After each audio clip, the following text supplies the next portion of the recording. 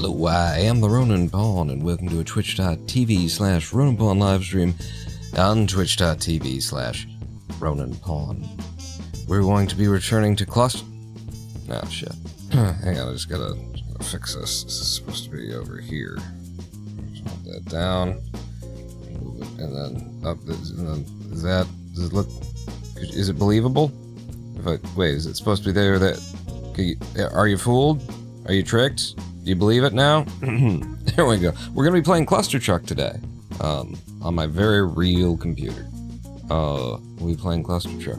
I'm going to be returning to Laser World in the no utility, no pause skip category, which is awful, horrible, disgusting. It just kills me. Not fun at all. And I'm in generally a bad mood. So I think we should have a good live stream here. Kevin, whenever you let me know when you're done. No, I'll let you know that you're done. You're done now, because I'm going pretty much straight to the cluster, and to the truck, to the cluster, to the truck, to the cluster, to the truck, till the sweat drip down these balls, till all them females crawl, till ski. What are we doing? I'm clicking the buttons. All you gotta do is keep clicking them buttons till the game loads in. So, how y'all been doing? Because, I've been, I guess, putting my, my new medication to the test here. We had, for the past 2 days, Tuesday and Wednesday, had a friend out, my buddy Brandon, you know, of fame, of my buddy Brandon fame. There we go. He came out and has been helping us with some long-term honey-do lists, some chores that needed to be done around the place, some repairs, some, you know, significant one-time investment opportunities. I'm selling a bridge in New Jersey if you've got the money today. He came out and he'd been helping us out, and you know, I'm not doing any of the work, obviously, but I am getting on my feet. I'm supervising the work, I'm managing the work, I'm, you know, figuring out what the move is next kind of thing. And I'm on my feet, just walking around looking at what's going on and stuff like that, a lot more than I usually would be. And I have not had any massive, you know, oh my god, my world doesn't exist anymore moments with my MECFS. So the aripiprazole is doing its job, I would say. But yeah, major stuff that happened. By the way, this is going to be some really horrible speedrunning. So I haven't, right, so number one, you've got that. Since we did Rocket Boots Mania, that just screwed me up really bad. When I tried to come back to Clustertuck, I have no skills in Clustertuck anymore. Like, just learning a different movement mechanic, it's completely thrown me off. So you're gonna have to give me a couple of minutes to get my, you know, shit back together. And bearing in mind that this is Laser World, and Laser World especially sucks. And bearing in mind that I'm having to play it in 90 frames per second, because Laser World is the one world in no utility NPS that has to be like that, because the lasers in one level are timed according to the refresh rate of the monitor.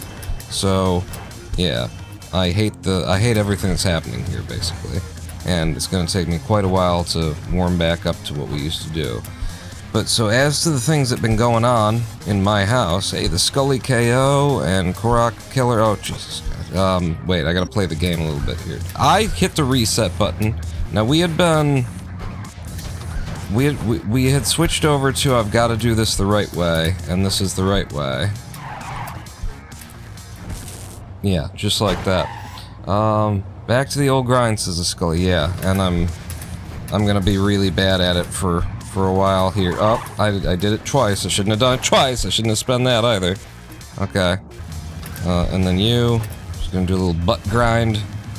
That didn't work. Let's try this again. Do a little shoulder grind.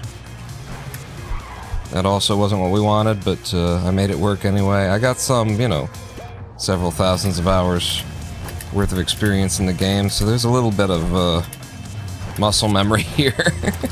It's just gotta come back after that Rocket Boots Mania stuff. Okay, well, maybe it gets me in. And then here we just do a mega jump.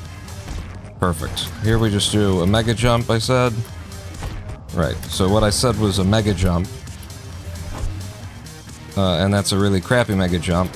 That's so bad that I'm just gonna throw it away. That also sucks. Yeah, my mega jumps are pretty bad right now, apparently. That'll do. Won't get us there. Thank you. And then this. Alright, didn't work, but, you know, I executed pretty okay on a method. Yeah, that's not high enough. Again, I'll wait here for a second and then I'll push. And we'll walk out. Okay, it's gonna take me a while to get back up to speed on this. Terrible at mega jumps as well, says Korok Killer. Aren't we all? Wait, are we all?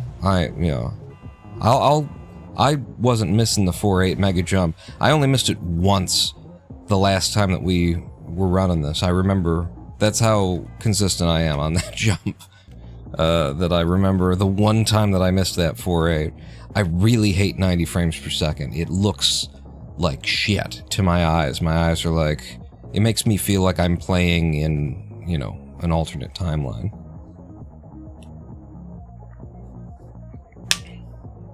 But so, as I warm up here, what's been going on at the house? A little bit of construction, a little bit of, you know, help from a friend, taking care of some projects that I can't do anymore. And we weren't even planning to do this, but he got here, and we were doing something else, so Lady Poem wanted to carpet. We've got like a stairwell to the basement kind of thing back of the house, and it actually gets more use than, you know, the front door. And she wanted to carpet that, and she had bought carpet squares some time ago to do that job. Okay, thank you.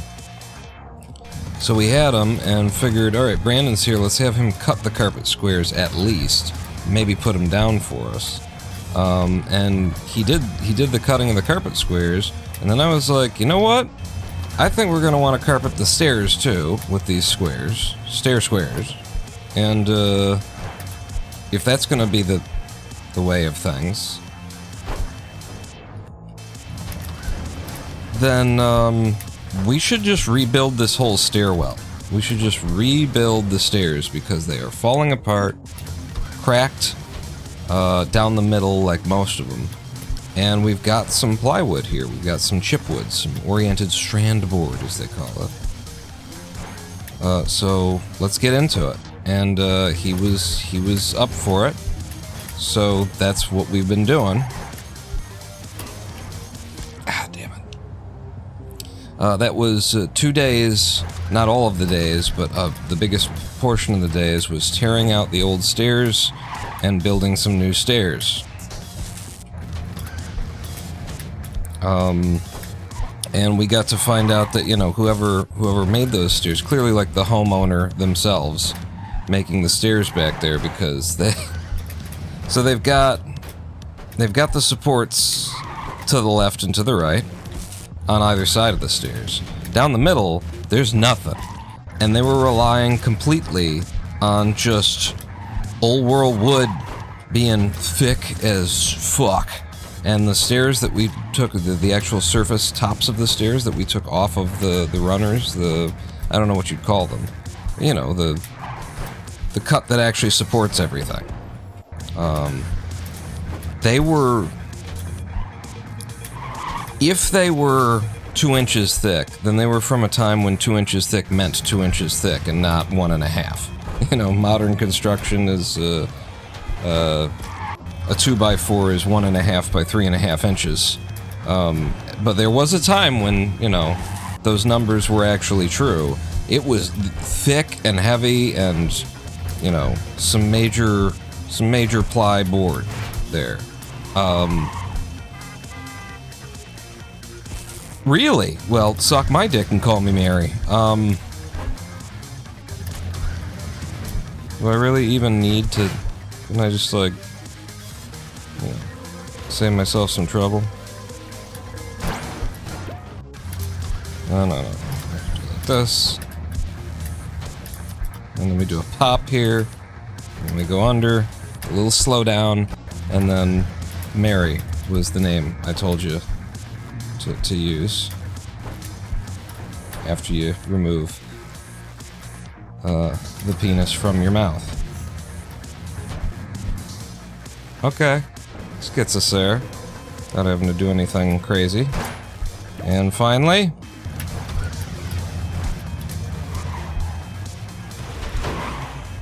Not high enough. So we just land it. Cool.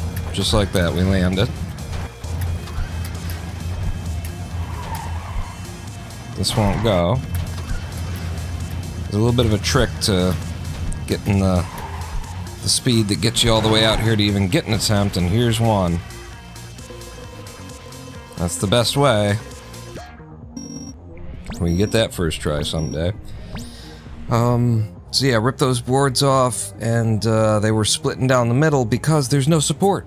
There's no support in the middle of these stairs. It was literally like you got the stairs on the right side, you know, that cut.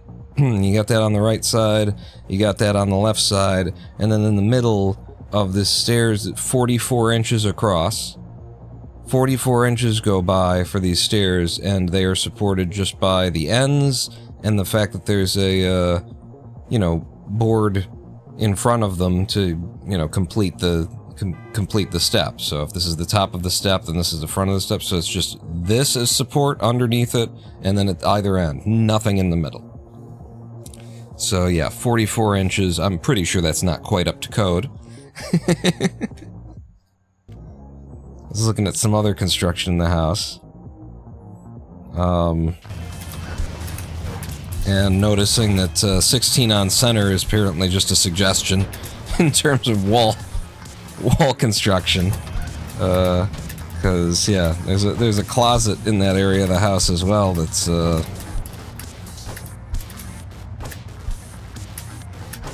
there we go. It's probably 36 on center. Where there's 3 2x4s for this whole damn closet. Is what it is.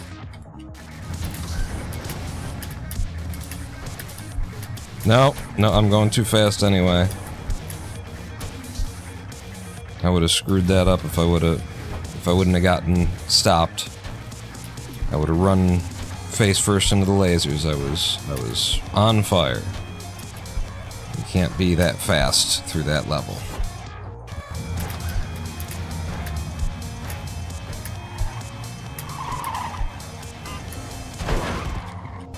So I need a speed boost here and a speed boost here, and then I don't know why I didn't get what I needed there. It just sometimes happens on this level that I'm only here instead of further out, and then that's when you hit the lasers, which is why I don't think that this is a... I wouldn't do this if I weren't in the segments and didn't need to do something like this. Because, like, we need to get to this guy, and then look at that. It's down to millimeters. Even when you make the jump and you get to the front truck, which we didn't here, so now what do? I just jump high, I guess, in that situation? Like, this has got to have 16 different, like, mid-fly backups that you have to memorize. You got to know what they are in the first place, what's going to work and what's not, depending on how you're coming through here. See, that just didn't work at all. And then you gotta see them and react to them appropriately is my guess. Definitely not my route. Okay, what am I gonna do here? Did I say I was just gonna... That's a bad idea. You might as well get the speed, do this thing that you usually do, and then into the side of that.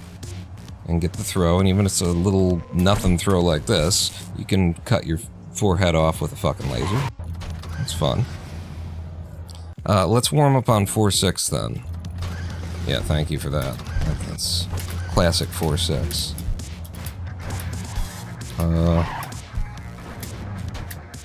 Wow. I mean, it can be fast when you nail it. But yeah, the stairs, it's beautiful now. Absolutely gorgeous. Brand new, you know, it's a 3/4 inch chipboard. And actually, we started with 1/2 inch, and I just didn't realize what Brandon was working with. Like, I bought it, but I was not even thinking 1/2 inch versus 3/4 inch. I was like, chipboard! You know, I was like, that's flooring board right there. Orient Strad board, that is for flooring. And so he made all of the cuts for every stair. And then I looked at it, and I was like, oh. No. Oh no. You can't get too low, too fast. That would be a bad thing, right? This isn't... Almost.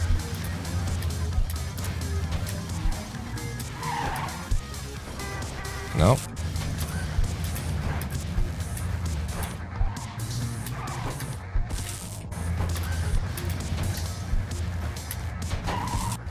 I'm trying to look at, like, how do you get the speed from back here with any consistency.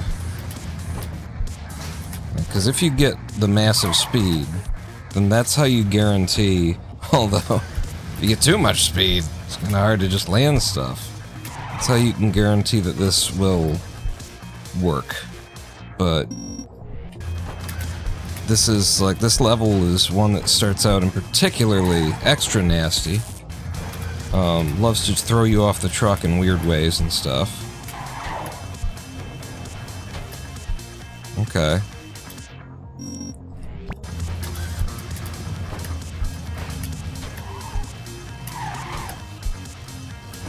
And that's the one that really fucking pisses me off right there. It's like, I got the speed, I got everything right, we're good. And then the game's like, no, I decided that your toenails need to be trimmed. You would have made it, but I've arbitrarily decided on this run that your the tips of your toes are coming into that laser there.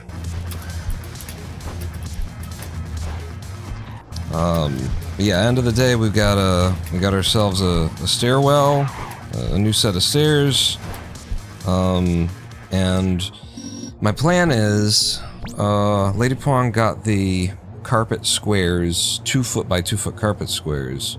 So they're meant to be glued to the floor. They're meant to be flat.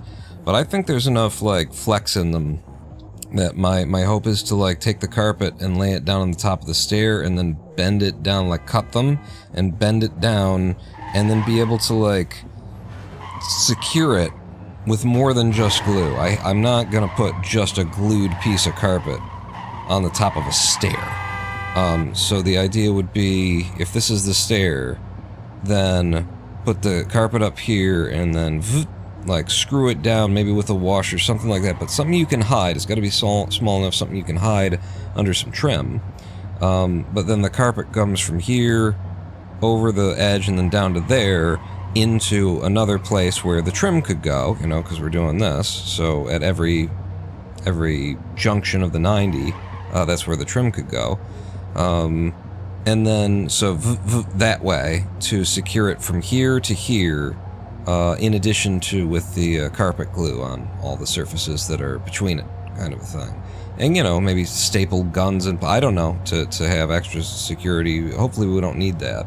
But that's my idea for the carpeting the stairwell, which it hasn't been carpeted until now. It's just wood. Oh, fuck!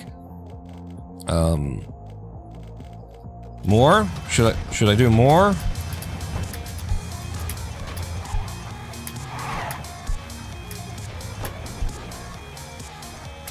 Okay, it's kind of like just fucking hit that lev on every goddamn jump is one way to go about it anyway.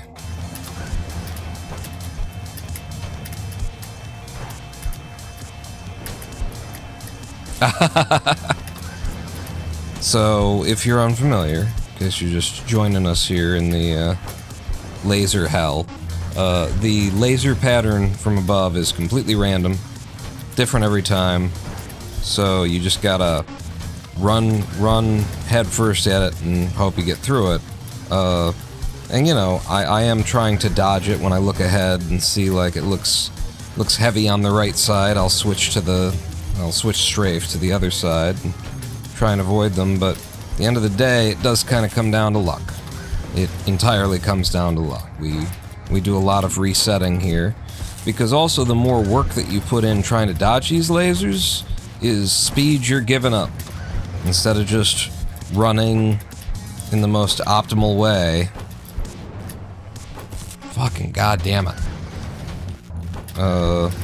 If you're cutting back and forth and trying to dodge them, then you're just losing speed opportunity. So you gotta basically make your decision on what's important to you here.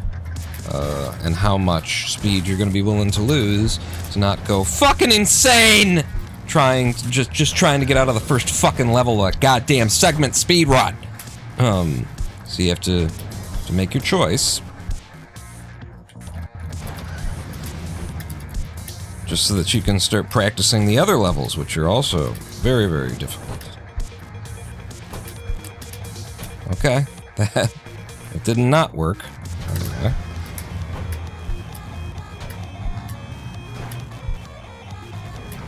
Okay, that did not work. And then here, don't want to go too fast, or else I'll end up sailing past the lasers, by which I mean into the lasers and dying. What other jobs has Brandon done for us? Got our water filters changed, our 5-stage reverse osmosis water system for being able to drink the water here in Detroit. Okay. Wow. That was a lot of,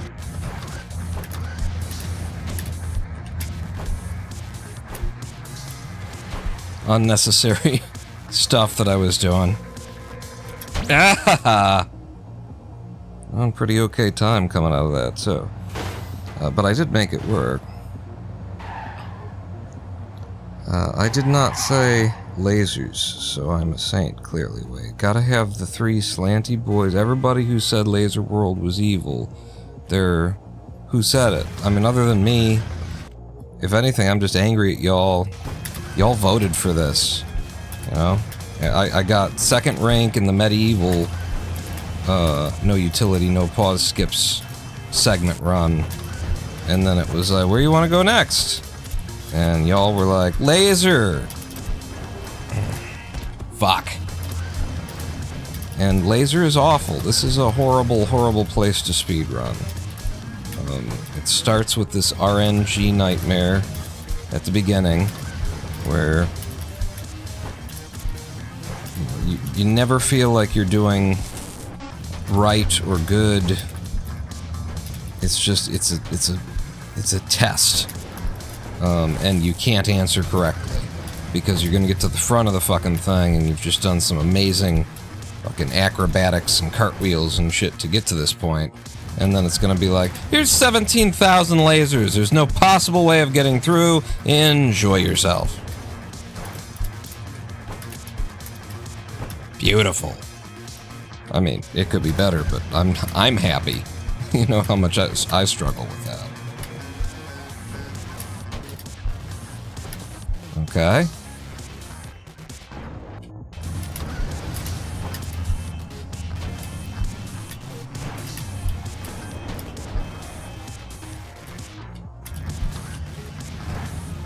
How we doing? 0.6 seconds behind. Aren't I supposed to be like 2 seconds ahead or something? Cool. And now you've completely thrown me off on my opening. Yep. And now I don't have the levitation to even get out of the level, so this is now the best option.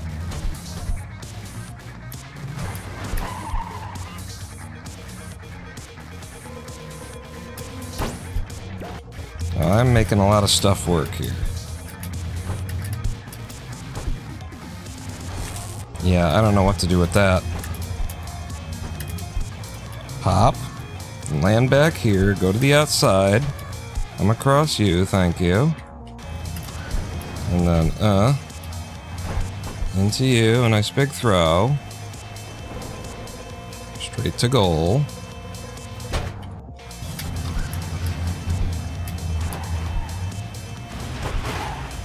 Not high enough.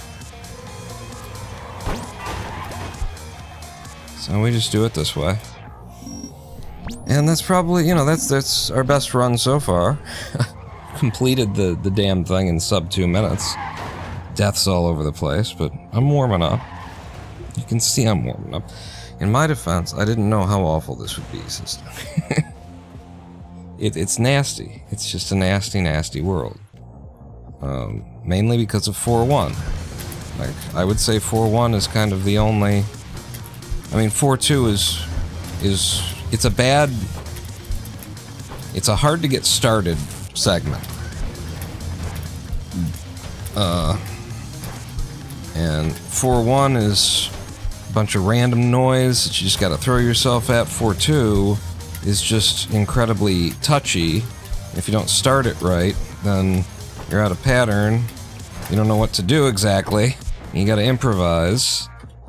And if you're gonna be competitive, you need to be coming out of there with like a low 11, high 10 or something. I don't even know what the best speeds you can get are. It's been too long. Click the fucking button. Oh my god.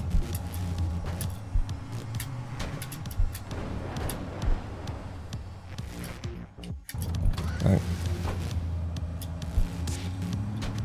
And I'm 2.5 seconds behind.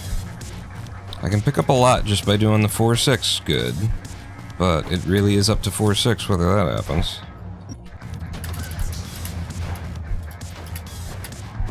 Cool. Yep. Cool.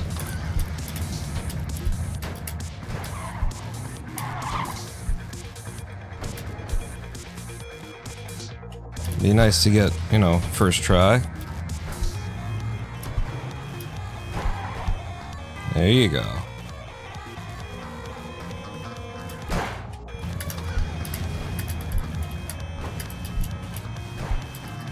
Over. What? Excuse me? Am I at a different frame rate than I think I am? What the fuck was that? How did that, how were you in that position when I got there? Can you explain yourself, please? Usually the problem is like overshooting the front truck. Was I just going so goddamn fast or something?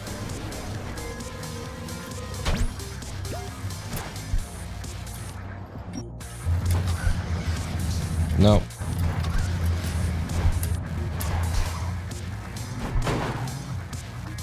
Man, that's so close, and yet so far. And in the end, it didn't even matter.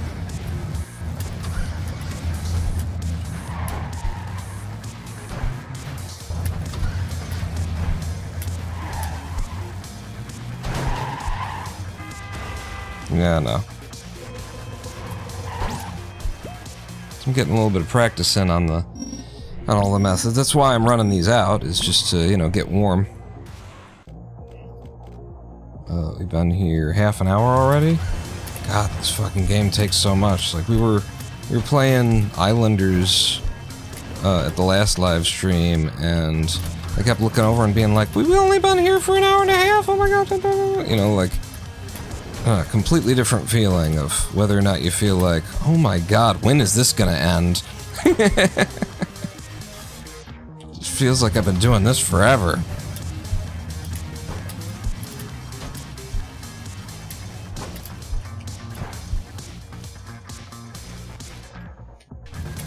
Okay.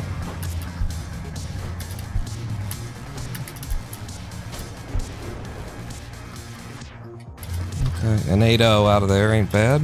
How we doing? 2 seconds behind my best. Let's do 4.6 well and grab most of that back.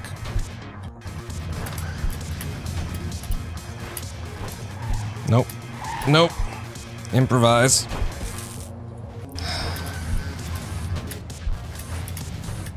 It's like... It's so fucking touchy.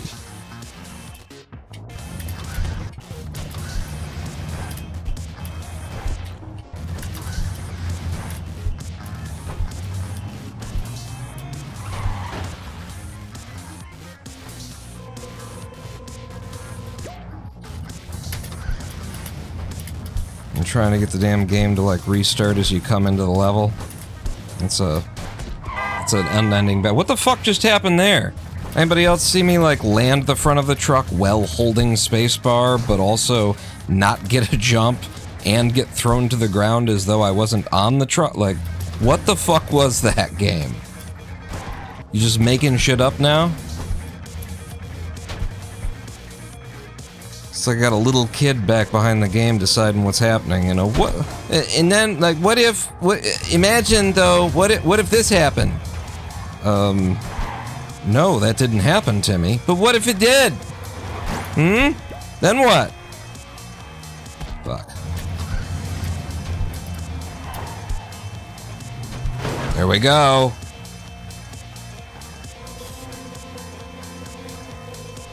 That's what we would like to happen on first try.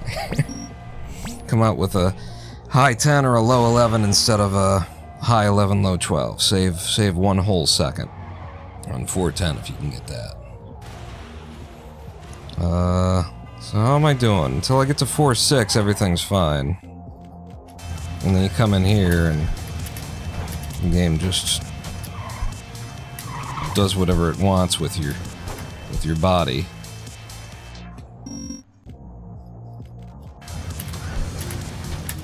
You know, it's down to that you don't get a stable entrance to the fucking level. You never get a stable... And, you know, you reset as you come in. I'm always resetting as I come in. Doesn't fucking matter. And the effort to reset also, you know, it does something. It makes a change to your timing. And I've gotten used to the levels that I reset on over time so that my timing is pretty good on the ones that usually, you know, need that. But I don't know, I can't get 9.6 to open up in any consistent fucking fashion where I could just execute the movement.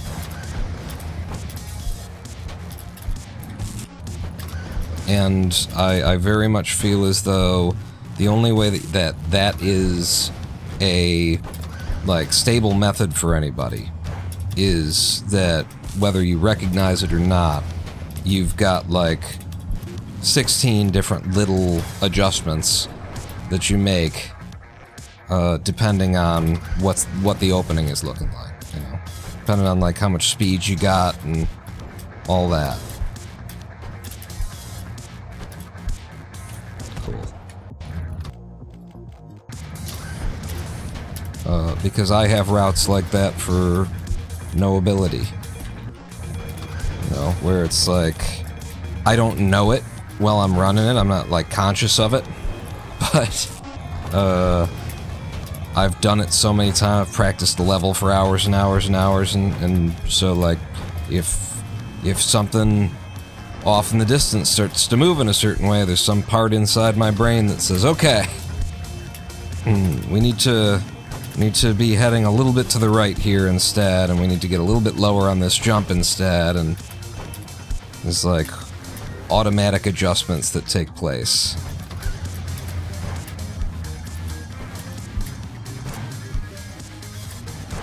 Fucking what? How did you manage to just take all of my left-going velocity away?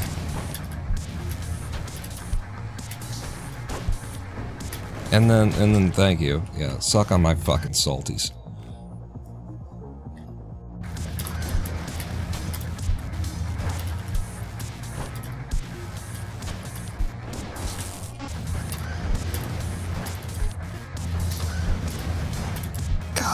It's awful to look at 90 frames per second.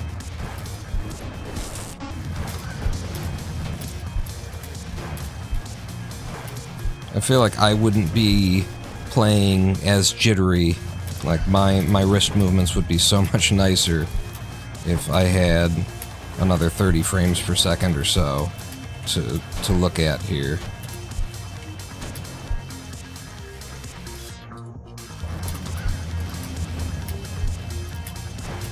But I'm doing a lot of, like, herky-jerky corrections. Because they're necessary at this frame rate for me. Look at that. It's just an 8.0. I thought I was gonna go sub 8. Because I was flying through that one.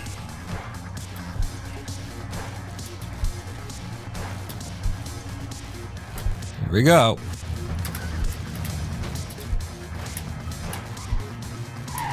Alright, I spent lev that I can't afford to spend here.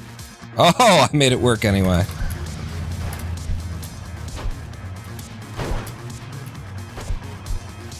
Okay, nice big throw. Over all the lasers and out. Into you, reset as we enter the level. Uh-oh.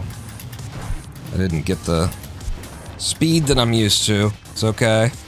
I pulled off, I made something work anyway. What? I was in mid fucking air and they killed me, and it wasn't to lasers.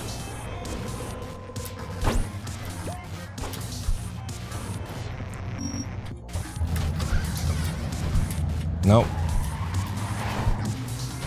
Well, that's dead now. See that shit? None of this is what I want. I'm trying to get something like that. Gives me the speed to get me out here, and then look at this. Just imagine I got that first try for a 10-6. Even with all that dying at the end, I'm only 15 seconds over. Crazy. I don't think I can ever run NU or no ability. I do not have the patience or skill for this. It's...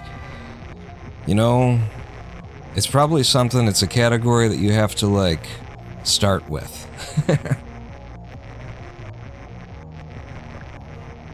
Well, you're still enamored with the game and stuff. I came in on no ability, and I just loved the idea of, you know, running through the levels, and there wasn't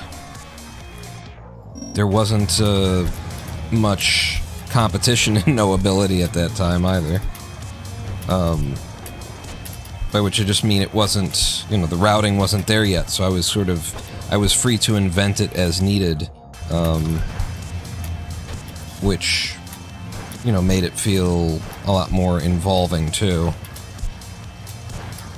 Alright. Everything caught a sock on that movement. God damn it. I swear the fucking lasers, like, suck you in like magnets when you get close to them. You see me, like, turn to a complete fucking 90-degree outward thing for my last couple of movements there, because I could feel it. Just like, come on, come on. Into the vacuum suction.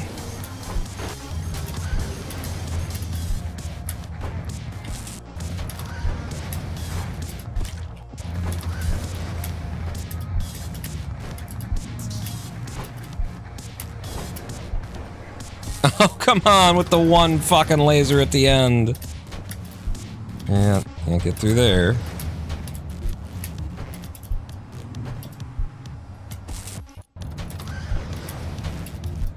But yeah, it would be very hard to go to start with, like, any percent and then be able to, you know, come back to these categories that are all RNG and there's so much routing in here. I mean, that's the thing, is that this is the best part of speedrunning though, because, like, any percent is just learn one trick and perform it on every level nowadays. This is where there's routing and there's understanding, like, various things that are probably going to happen depending on, you know, what you're seeing ahead in the level, and this is the real speedrunning stuff here. No utility is a little bit more forgiving than no ability. Fuck.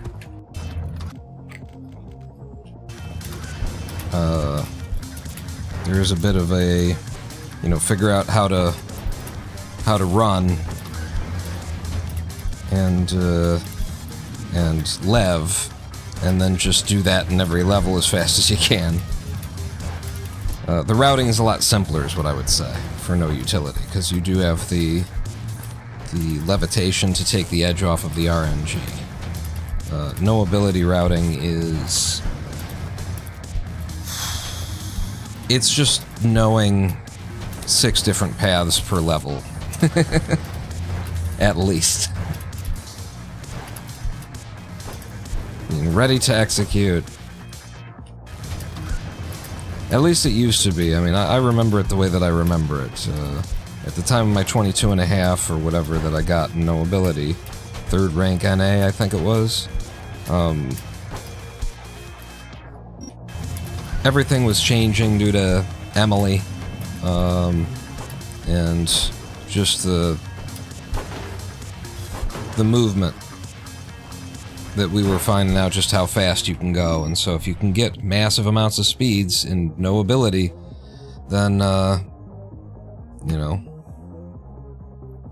it turns into a no utility run if you can just get all the fucking speed all the goddamn time.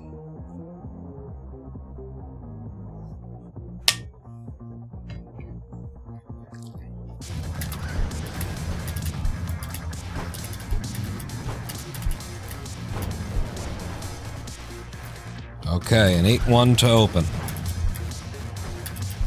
Oh, I think I bumped my ankle on that truck as I was walking out.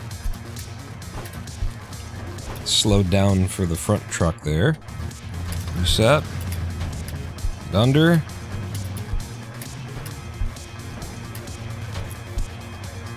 Off of you. Lev out. A little bit slow.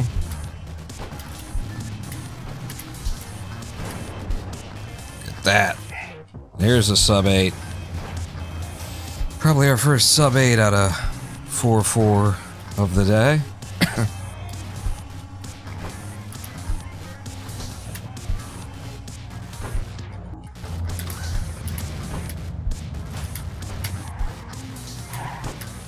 And that just ate my jump because of the way that I landed, which was down to that I didn't get enough speed at the beginning, which was down to just random fucking fluke, as far as I can tell, you know? Just came in, it didn't happen. Hey! If you pause right at the beginning of the level, you can get the trucks to do some crazy shit sometimes.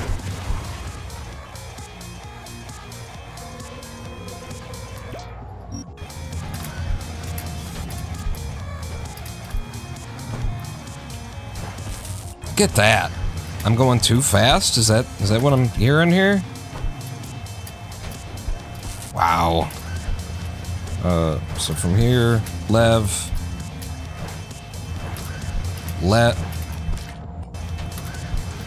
boost,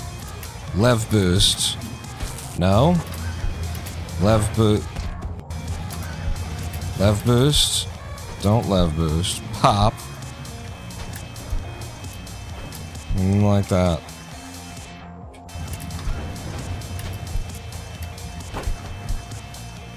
That's a good throw. I think that gets me over everything.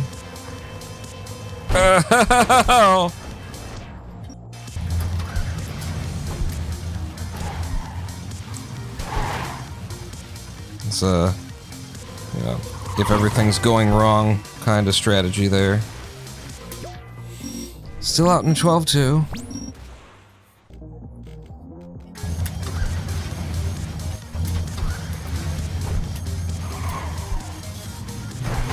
Look at that. That's what we're looking for. That's the kind of shit.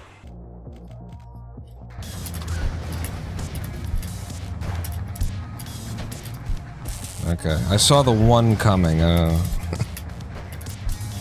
saw you, and there was just nothing I could do about that. See you guys. Uh-oh.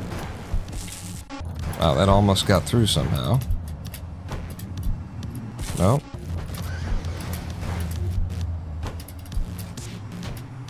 God fucking damn it.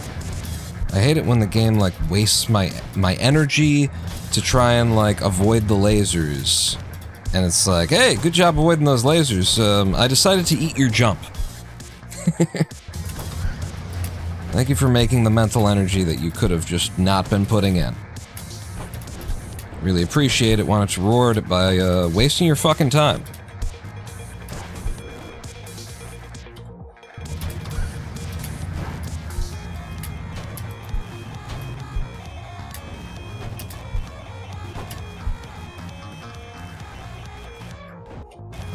Nice 10-6. It's not bad. Out of there.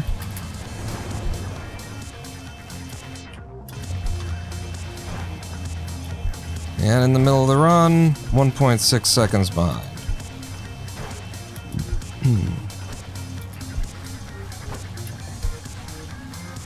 Come on, 4-6.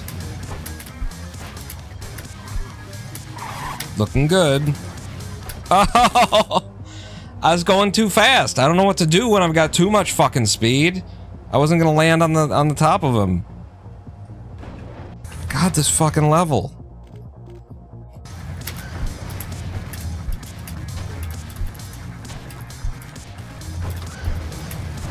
That's good routing. You just gotta have 20 different fucking methods for it.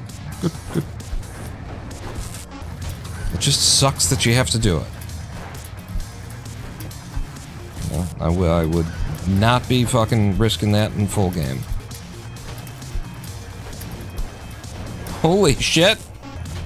I can't believe that, like, every jump, every movement right there was a millimeter away from a laser. And I thought we were gonna get out with it, too.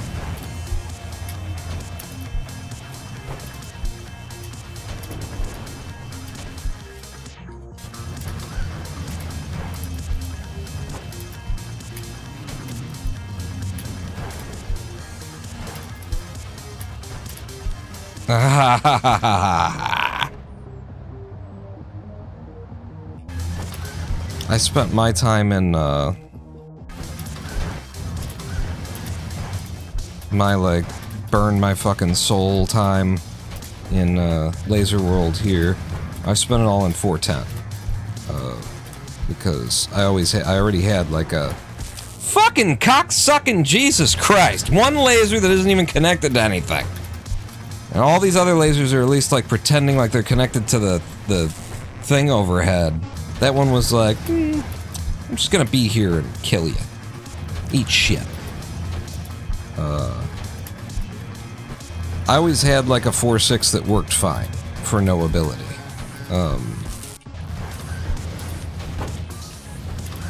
So why put a bunch of time into it when you can just go right over?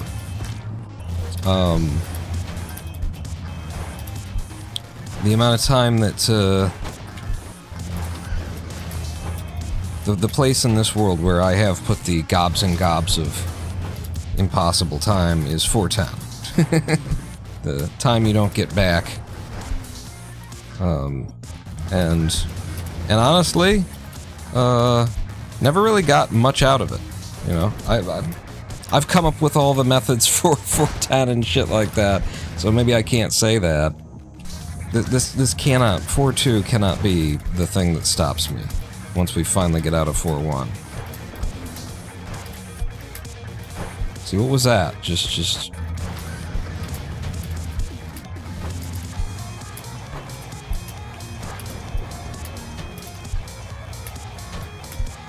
See, and now that didn't work.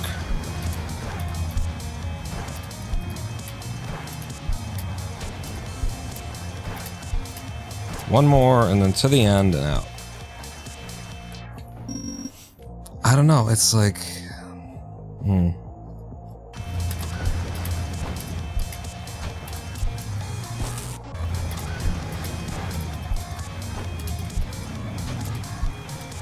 It's definitely a big difference between me and most,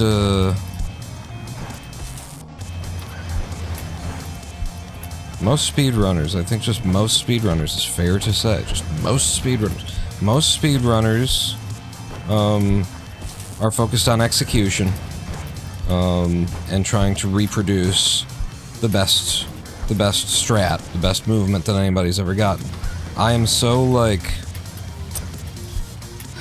I don't know, there's something about my personality where... God damn it! Where I get angry at the stupidest fucking shit. There's something about my personality where... you know, I want to be improvising. I want it to be unique. I want it to be new every time. I don't want to be just trying to do the thing as well as you can do it. Which is why the speedruns that I have taken on tend to involve a lot of RNG, or they're impossible to deliver, you know, the same way every time. You know, Kerbal Space Program and stuff like that. There's no flying the ship exactly the same every time. If NASA can't do it, you're not gonna fucking do it.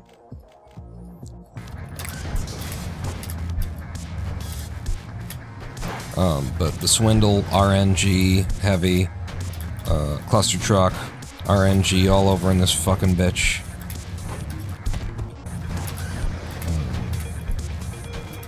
You know, I don't like the idea of just doing, wow, that was a sub 8. I'm surprised I didn't get like a personal best on that, like a gold. Expect to hear a ding on something like that. I was trying to hit the post and get out because I knew I'd spent too much lev. There's nowhere to go.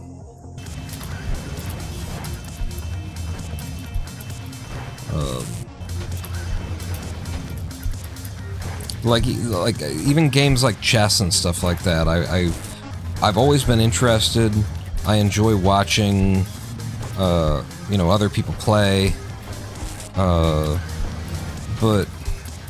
there's something intellectually just recognizing that this is a game that, you know, it has a certain number of outcomes to it. And you're always playing in, like, one of those paths, one of those grooves.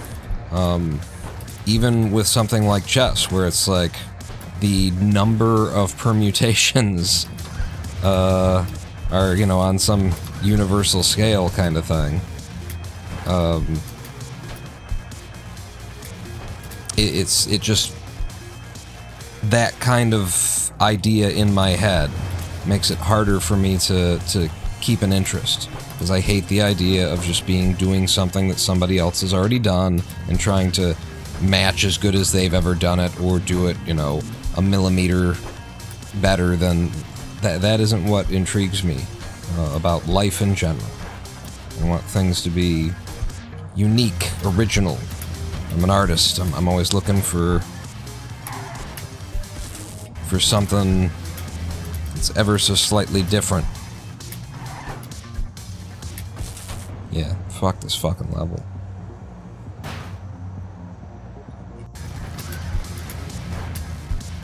Like, you can't get too low out of this jump. And then if you don't get up to the front truck on that one, then you got some weird pathing going on. But I say that I'm pretty sure that makes me different than most speedrunners, because that's what speedrunning is for most people, you know, and it's the idea of doing something, you know, something that has a defined, like, this is how you do it, but can you execute it better than anyone's ever executed it before? I don't like that. When I was a golfer, when I played golf, for all the years that I was playing it, my golf swing was based off of some crazy shit. There's like one dude on the whole planet, probably, who actually advocates, like, breaking your elbows when you're taking your backswing on a drive. And getting the idea is to get the full coil of your power and then unleash it. And so you can't get that full coil if your elbows are straight. if you're keeping your arms straight. So his idea was, you know, lose control over your swing, but, you know, like, you learn by, instead of trying to control your swing by stiffening your arms and, you know, all that kind of trying to reproduce the same swing every time, have a looser swing that goes, you know, kind of wacky, but that, you know, you will eventually become comfortable with it. And you will figure out what you need to do in order to make contact with the ball in the correct way. And I loved that. I loved that there's like this always on RNG even in my golf swing. As opposed to just, yeah, I'm out here doing what everybody else is doing, you know, I'm just trying to reproduce that one swing that all the golfers do. No. And by the way, you know, when at the end of my golf career, I was hitting it 250 yards off the tee, and my fucking irons game was crazy. Like, there was a day, and it was years. I was playing, practicing golf for years, but there was a day, I remember the game, I remember what hole of the course I was on. There was just a certain day where I stepped to a certain swing and it just clicked, and I had it from then on. It was a short iron swing. I think I was hitting like a 9 iron, chipping onto the green, and I just sliced right through the ground in the perfect way and created backspin, and the ball went up and landed on the green and rolled back. It was the first time I'd ever hit the ball correctly with a short iron, and after that day, I was able to hit with every iron in the bag, you know, like I knew what I was doing. And in fact, I had a problem. My problem was, after that day, my 6 iron was, I don't want to say that, but my 4 iron and my 2 iron, what the hell was the difference? You know, like, after that day, there was something, like, I'd reach into my bag and they were just all so fucking long, you know? I had to use my sand wedge where everybody else would be using their 9 iron, and it was just, I was fucking blasting them. I knew exactly how to hit the fucking ball. How to slice through the ground. You know, you gotta get to this place where you take that swing and the club cuts into the ground, but you've got so much weight behind it because you're swinging correctly that the ground just gets the fuck out the way. The ground does not slow you down, and might as well not be there. And when you can do that, that's when you start, like, getting the correct contact of the head of the iron trapping the ball between it and the ground as you're coming down on it, so that when it goes flying, it's actually spinning backwards instead of forwards. And it's fucking amazing. It's fucking amazing what you get, especially out of the short irons, once you've unlocked. But yeah, even in my golf stuff, like, there's a part of me that's just like, I don't want to be doing it if somebody already does it. I'm not trying to do what somebody else does the best that they can do it. I'm inventing. I'm creating. I want something new. Scully KO said, I like the idea of finding new, better routes more than the idea of pressing the buttons better. Yeah, routing is the funnest part. Pressing the buttons better is just trying to approach task times, but new routes are game-changing. And Diane says, I'm kind of both. If I can press the buttons better, I will. But if new routes are easier, I like those too. And Vexus is here. Welcome in, Vexus. I don't know why. I was talking about golf. It's been years and years and years since I played it. I was always a poor guy, so I would play at these little ratty 9-hole courses, and I would go in the middle of the day when, like, if you were willing to walk the course, and it's only 9 holes, so you walk the course, no cart rental, like $8 to $12 for 9 holes of golf on, you know, a real course, just, you know, a cheap kind of ratty course. And I would go in the middle of the day because I think at the time, if I recall correctly, I was doing computer repair, and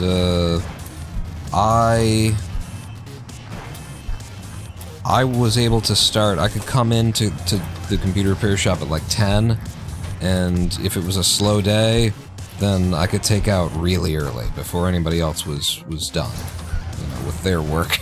So I could be out of there by 2 p.m. or something on certain days.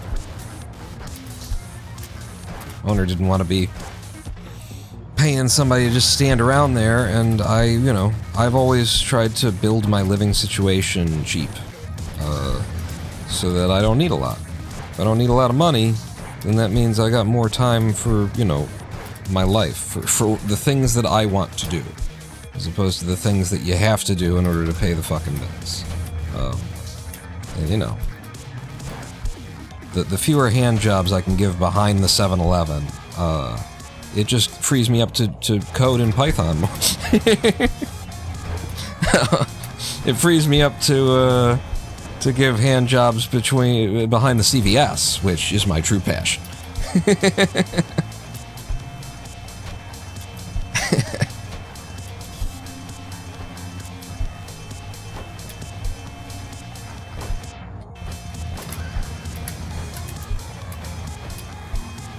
Oh shit. Oh, come on! Just pull your knees up, bitch!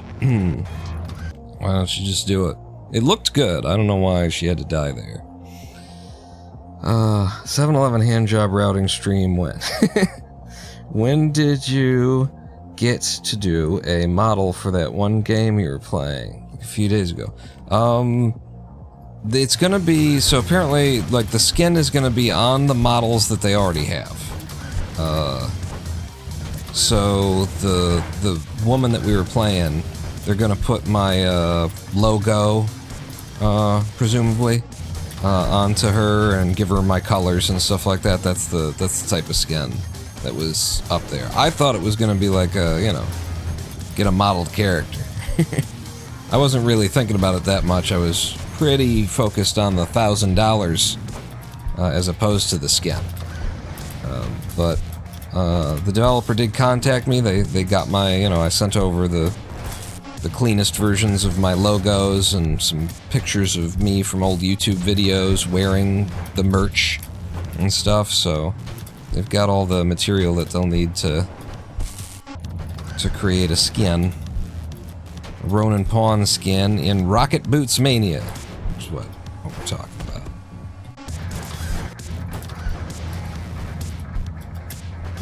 about. It shouldn't take too long either. I think they just they were a little bit bogged down on, looked like they had a big update they were working on. Their user interface system in Rocket Boots Mania, they call it UX Caliber. UX for, you know, user interface, kind of. But so UX Caliber. And, you know, it's a pretty impressive little thing they got going there, where basically you can configure anything. Not anything, actually, but you could do a lot of configuration to the overlays and to the UI in that game to be on screen where you want it to be on screen and showing the things that you want. And so they had an update to their UX Caliber system, and I think that probably slowed them down on churning out the new skins. Or shit, maybe it's already in there and I just need to open the game to find out. But I needed a break. Oh! God damn it! There's nothing I can do, I was going too fast! The whole fucking way. I mean, this isn't fast enough.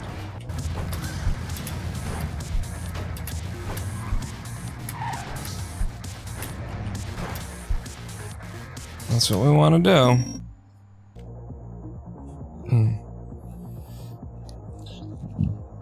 How did I place? I got third. I tell you, I'm a third rank runner, and I mean it. Third rank. Fastest in America, though, so... In the USA, I am #1.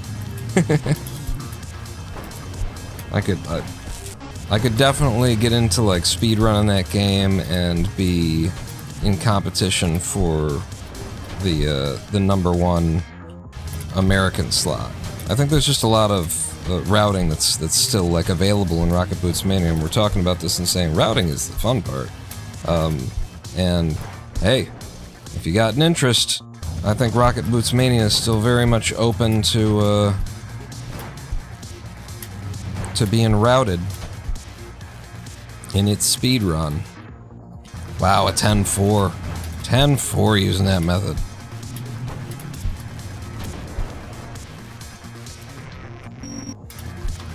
Alright, how we doing? Half a second behind? More or less. Not bad. He's coming to 4-6 and save a second.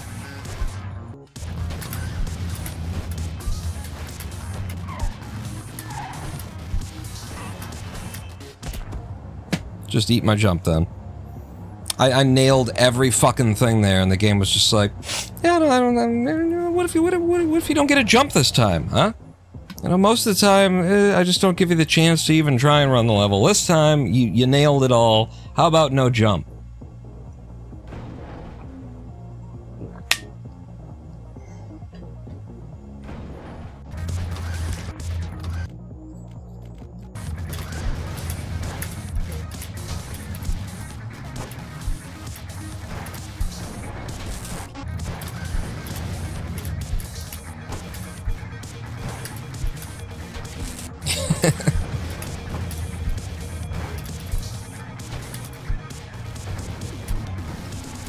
What?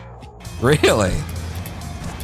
I mean, I'm not gonna complain or nothing, but I'm pretty sure I should be dead. Good. Ish.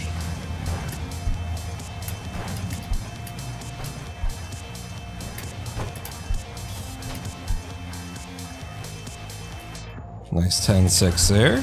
Not bad. Okay. Fucked me out of some pretty...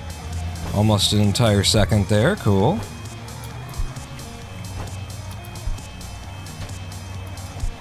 Actually had some green showing? Wow. That's rare.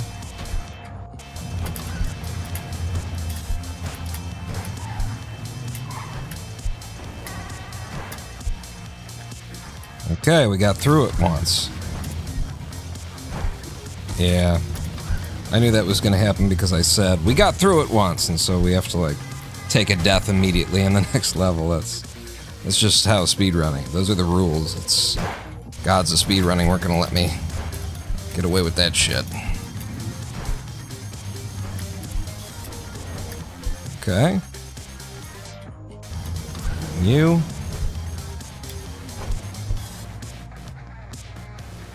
I think I can clear everything here. Yep.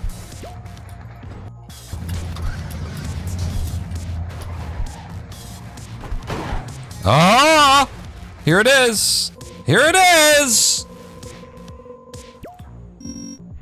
No new PB, but the first time that I've ever gotten 410, first try coming into it,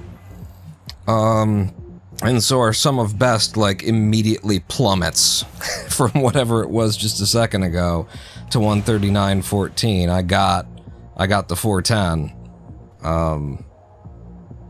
So now our sum of best actually looks like something. What kind of times are there even on the leaderboards that I'm pretending to compete with here? That's medieval. We want laser, no utility, no pause skips. What do we got up here? So my sum of best, because I finally got one good 410, is now 139, which would be second rank if I could get absolutely every best run that I've ever gotten. But we need like a low 40, low 140. Noah's and Wolfie's are probably just straight up unreachable. Because I'm not going to put the time in. But maybe we could get down to IDOS level. What have I already got? by the way. What's my current time is a 1:45 or something like that. Go ahead and bank that split. How do I do that? Control, or no, just that. 1:46.2. So let's aim for a 1:43. Let's save 3 seconds here. And then move the fuck on with our lives, because there's no way that I'm bringing laser into those ranges, and I wouldn't want to. I wouldn't want to waste the hours of my life on this shithole of a...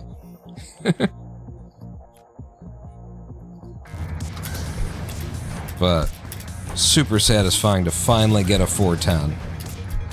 And it was a huge one too. It was like, wasn't like, ooh, I think I can squeeze through. It was like, oh shit, I don't even have to like lift my balls up. They call me saggy nuts. Bloop. Nuts in the soup or something. It's an ICP lyric. What is it? It's Violent J and Shaggy 2 Dope. Shaggy has occasionally introduced himself as Saggy 2 Nuts. And there's a line in an ICP song that says something about his nuts, and there's bloop, and it's in your soup.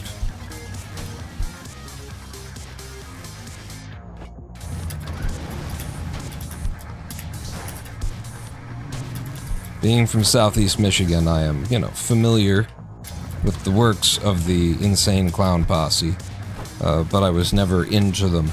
I went to one concert with friends in high school, and they did the whole like face paint thing and everything, and I was just, oh shit. Oh, I forgot. They did the whole fucking deal, and I obviously didn't. I didn't know the band well enough to wear the colors. But honestly, okay, I'm improvising.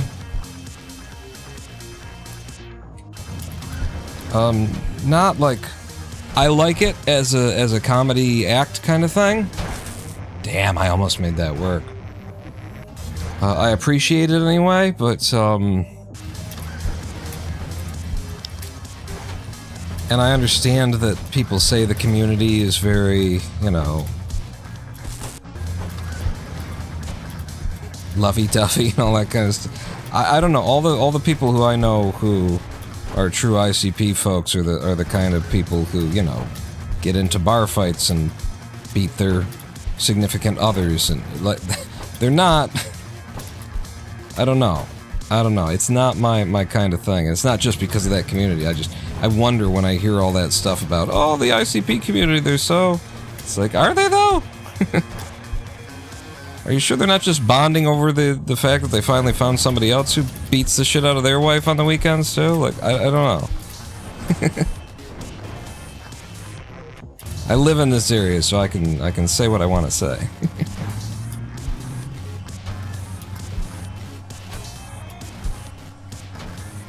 But it's a bit cultish, and oh good. Yep, just reset that now. Yeah, nothing. No love. It's your best to move on down the road, yeah. Hello, Jermasian, by the way.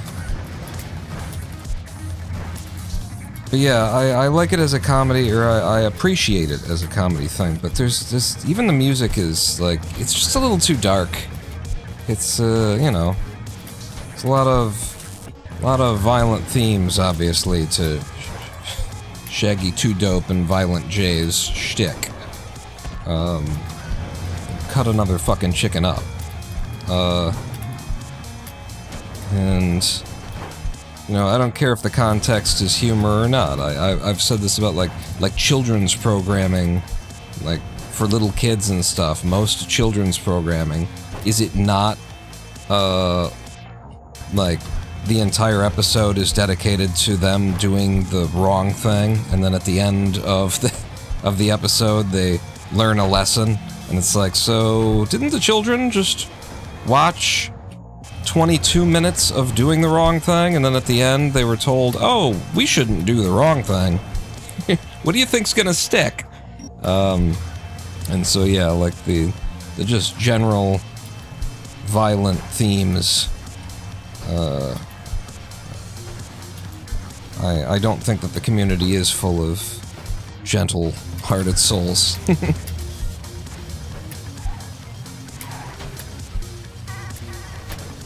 Whoa!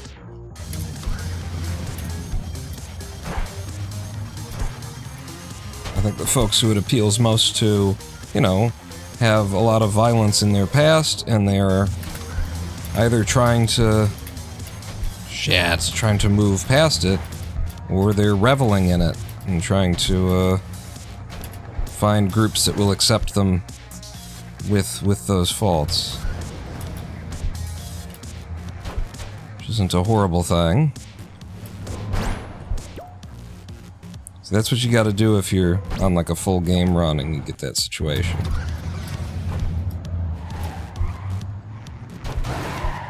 Yep, not enough. Do one of these.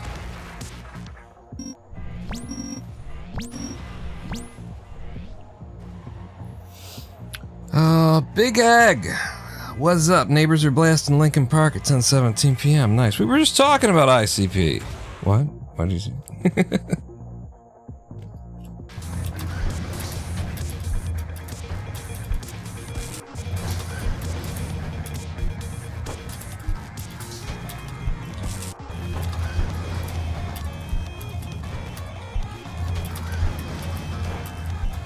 Yeah, they got some really funny, you know, comedy stuff in there. I like their whole Fago shtick. That's cool.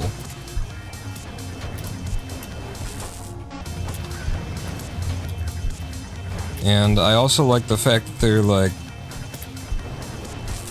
WWF nerds. You know, that knowing something about their history and their past and where they come from, what their interests were and stuff.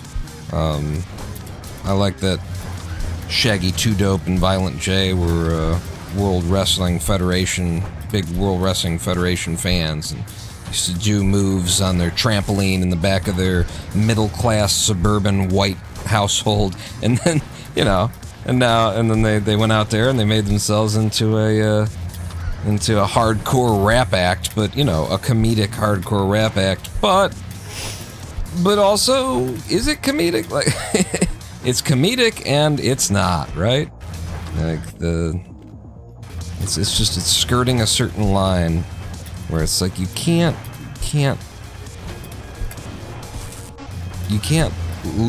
keep doing these things and saying these things all of the time, and, you know, and not be affected by them. Alec Wolt asked, did I win the $1,000? I did not.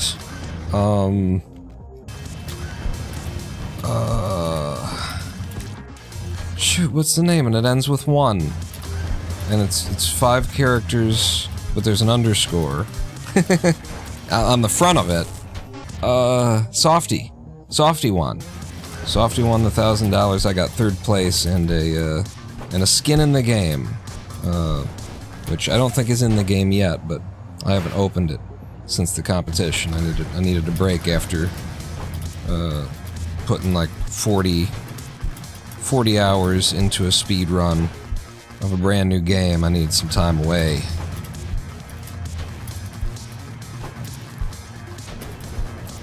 And actually, like, I don't know. I'm gonna have trouble coming back to the game because there are certain levels that are just so the antithesis of what I think of in terms like what should be a speed game. That when I hit those levels, I just want to like uninstall the game and never come back. Like they're that bad. To me, they are that bad when you run into these levels that are just like claustrophobic and narrow and small, and they want you to, you know, do a bunch of climbing or height. It ain't right. It ain't right according to me, and it pisses me off so much that I'm trying to go fast and the level keeps telling me to slow down, slow down, slow down, This isn't that kind of level that it just makes me want to walk away.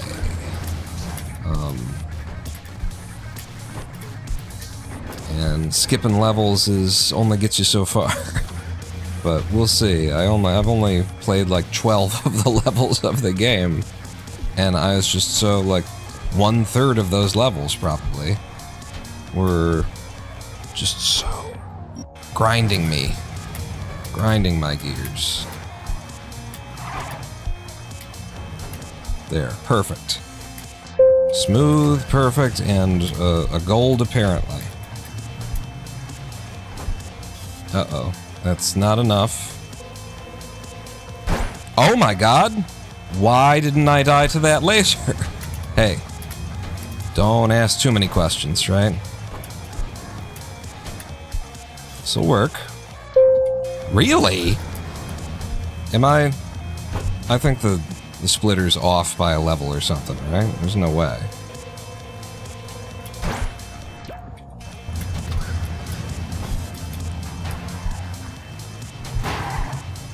Oh? No, it's not enough. So I might as well not waste it and take a new PB. Run faster, jump higher.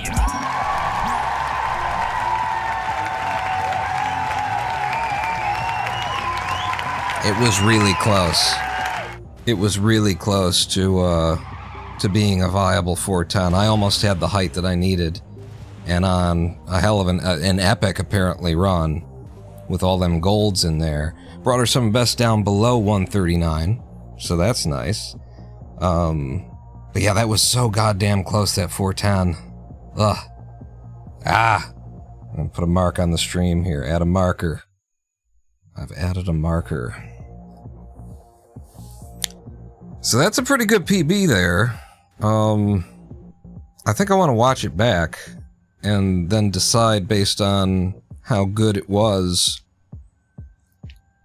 whether I'm done with Laser. 144.57. There's obviously, I mean, you look at the time loss between 4.6 and 4.7, and then I regained it all, and that's 3 fucking seconds, bro. It's 1.5 seconds basically either side. Yeah, 1.4 either side, but it's 3 seconds because I lost 1.5 seconds between 4.6 and 4.7, and then I picked it back up between 4.8 and 4.9. So I could have 3 seconds time save, or more realistically, I could get 1.5 seconds of what's there and get us a 142 or something. Let's watch the playback. So let me go find it. I'll pop open the live recording. I may do it on hard drive space on the recording drive, by the way. Oh, you're fine. Oh, you're fine, though. Don't even worry about it. We've got millions and billions, and billions and millions. Alright. Popping this open. I'm gonna mute it. And then I'll, find the run. Okay, I found the run. And now I'll bring you guys over to the video. So here's the run, I think. Should be starting up here. So we start out 4-1 with a nice 8.1. That ain't bad. It's green in our splits. And then how does 8.2 end up looking? It's a little bit slow, but just the fact that I don't get a hung sock is good enough. 4.3, nice under, cross to the right, bunch of speed, 11 midair, keep low, keep the speed, out in a 10.4. That's really good, a 10.5 really, when we round it up, but that's a really good time for that method. The method's not trying to get everything, it's trying to be consistent. And then a solid 4.4, no time loss anyway. 4.5 is just a break in the middle of the run. Not UPB, does that mean you're free from laser? Well, I'm deciding right now whether or not I'm free from laser. 4.5 doesn't matter, but 4.6, this was a perfect execution of 4.6. and that's why we golded with a 1.7, or with 1.7, you know, saved. And then this was really bad, and we lost all the time here, and I should have been dead right there anyway. I don't know how I was alive. And then, wasn't this a little bit weird too? It was just slow. It was just kind of slow. Really? Game thinks you golded. You're saying it's slow? Felt slow. Got a good jump here.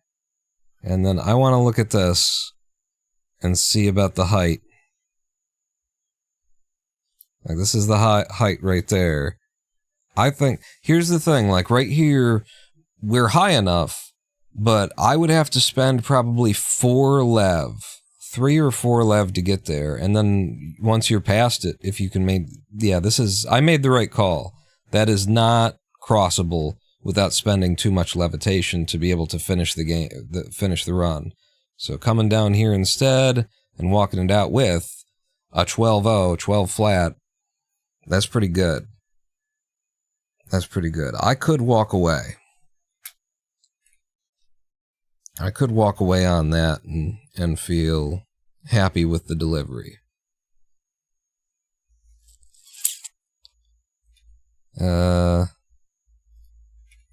Let's go back to Clustertuck. Should I think I should call myself a winner and not hang out in this horrible world anymore. You know, this is where a smart man cashes out. I'm saving these splits, and we're moving on with our goddamn lives.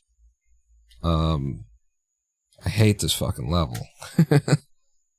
99% of laser runners quit right before world record. I am way away from world record. But so we now have in NU-NPS, I do have a desert run from 10 months ago. It's a 115, which is respectable. It's at the bottom of all this, but look at the clumping. 15, 14, 14, 14, 13, 12, 12. Like, that's a big old clump, and I'm in the clump of the top 10 in the most competitive, you know, part of the segment here. We could definitely do better. But we've got a time in desert. We've got a time in forest. Which is also from 10 months ago. 137. I could try and compete with Sarah, but once you get to Wolfie and Emily, they're probably not even, like, they're probably using some other ability, or like, you can use the I don't know what's going on. But yeah, I wouldn't even try and do that. But I could probably try and compete with Sarah there. I could try and beat Noah. I could try and beat Sarah. If we've already got a time there, then we shouldn't waste our, you know, effort on it. Again, from 10 months ago, I've got a 120 in winter, which again is right there in the clump. Bunch of 19s, high 19, high 19. I'm okay with that. Laser World's what we were just running, and now we've got a 144.5, which, you know, it's looking like all my times are about in that place. Except for Medieval, where I currently have second rank. Sarah has a run waiting to be moderated where she took second rank back from me. But this is one that we recently did, just 21 days ago, before the Rocket Boots Mania stuff started. So if we were just going in order, we should go to Ancient World. And I feel like Ancient could be fun. Ancient also starts with a nasty ass first level, though. If you want to get really good times there. I mean, even Noah, and this is his category, even Noah's 4th in Ancient. It'll be a tough one, but I think that's where we're moving on to. We're heading to Ancient. So Destiny. So Ancient there, open splits. What do we got? No utility, World 6. Okay, these splits are probably my no ability times that I've just copied into a no utility thing so that we have something to run against. So 206, let's get an idea of what this is going to be like. Ancient is is nasty because of this stuff. You get your speed start from here, land one of these, and then how do you do that? Is question number one. Like, what are you gonna do? And it's actually better to land the back trucks. But this is a 20-second long level to start, and it's very touchy. Yeah, this is a hell of a thing. I'm gonna have to figure out, like, what's the...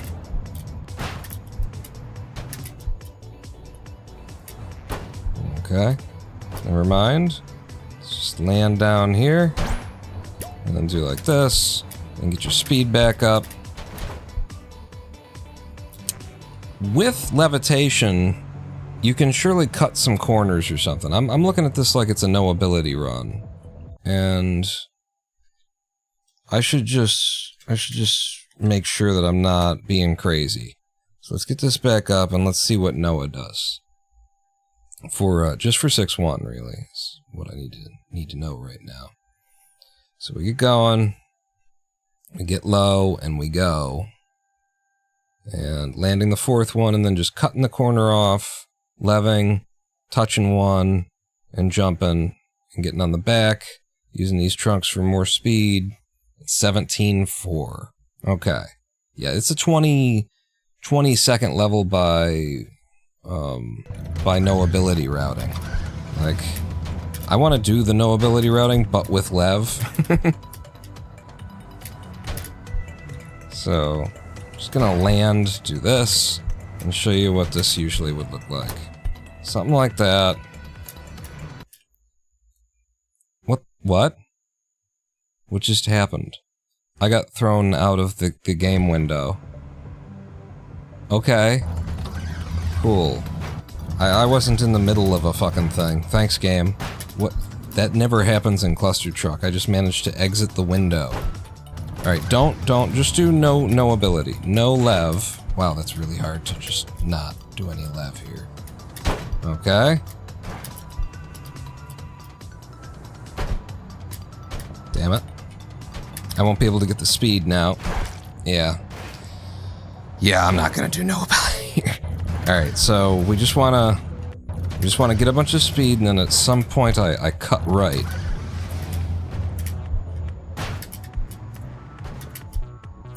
So it's here, and then I cut right, and I'm supposed to clap down on one of those.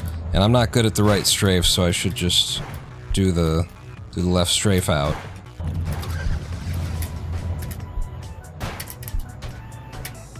Okay.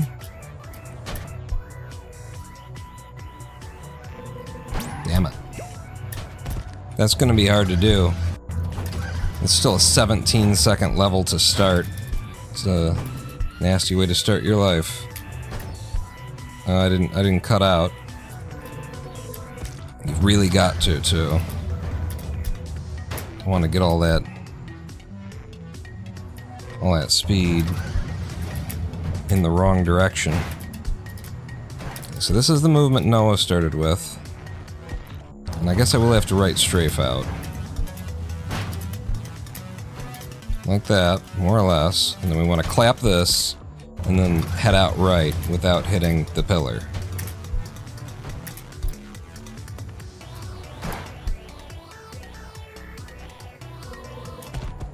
Wow.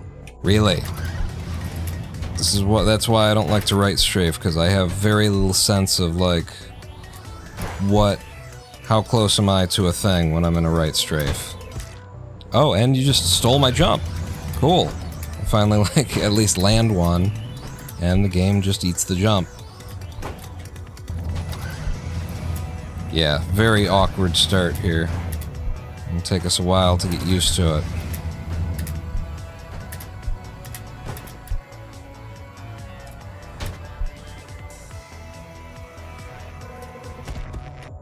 Okay. That also might have a hitbox that extends beyond what you can see there. Clustertuck has a lot of that. It has some hitboxes that don't exist at all. As a matter of fact, see if I can't find one for you. This? No, that one exists. One of these pillars... One of these pillar types simply isn't real. Which one is it?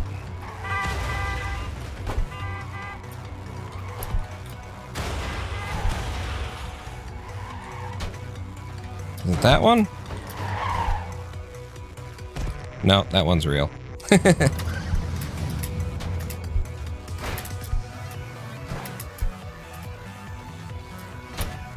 So, after a couple of minutes here, this is going to become just completely natural to me, and I won't ever think about it again, especially like this opening jump.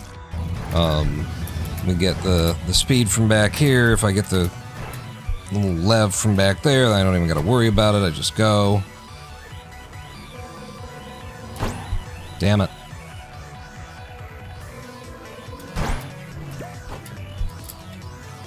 Yeah, but I've still got to jump there, huh?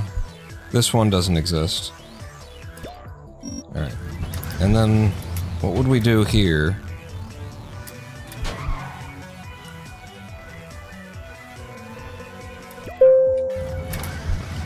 Yeah, because it's all against no ability stuff, so it should be faster. I don't even remember what the levels are. Okay, no, I remember.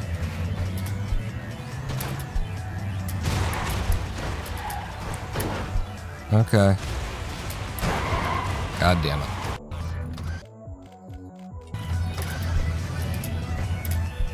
The level order is so unfamiliar to me. God, fuck. I hate that. I hate that, like, the route has a thing that's, like, right in the way as you exit. The most natural way, most natural direction. I hate it when the obvious and natural feeling thing is blocked. You have to train yourself to do something that's abnormal, just doesn't feel right. It's like, this isn't what the lineup that I want. So used to the ILs for this, it's weird to see them played normally. And this is far from normally, too. But yeah, you do the any percent ILs and stuff.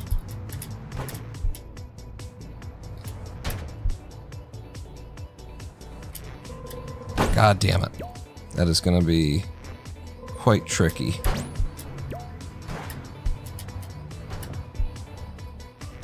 Okay, and that one has like a giant hitbox that's bigger than it is. So, the hitboxes are just... They randomize the hitboxes and the pillars before they ship the game.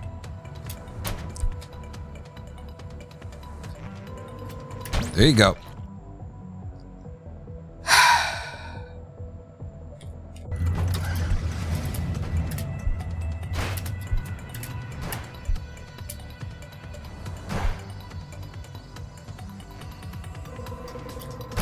Cool.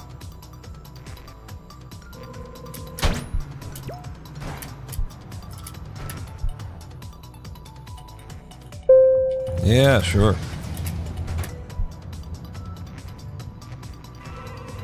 There's gotta be like a movement like what I was just doing there. Gotta be something like that. I don't know what it would be, but it's gotta be there. It's gotta exist. I'm sure it does.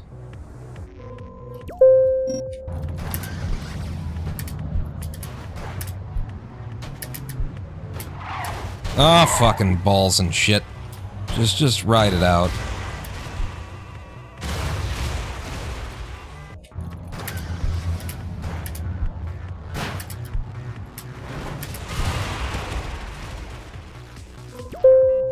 And this one should just be jump out left.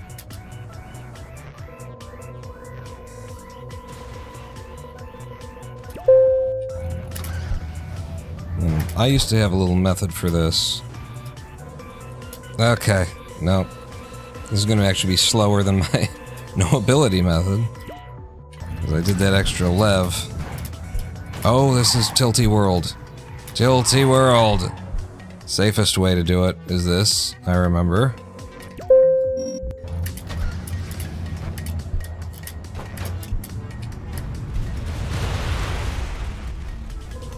Build up a bunch of speed and then just lev to the end.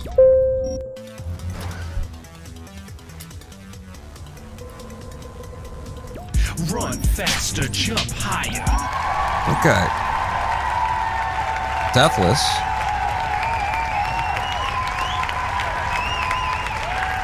Tells you a lot when you can, you know, start a segment up and get a deathless run in the first, you know, 10 minutes or 15 minutes of running it, in comparison to Laser, where I'm pretty sure Laser World we didn't get a deathless run until like day 2 of running it.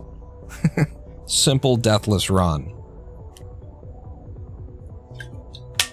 Okay, so 6-1's gonna be 6-1. Let's look at these levels individually. 6-2. I think there's gonna be something like that. I think that's gonna exist because of Lev. In fact, maybe I can't use the Lev back there because I want it here. Yeah, that's gonna work, right?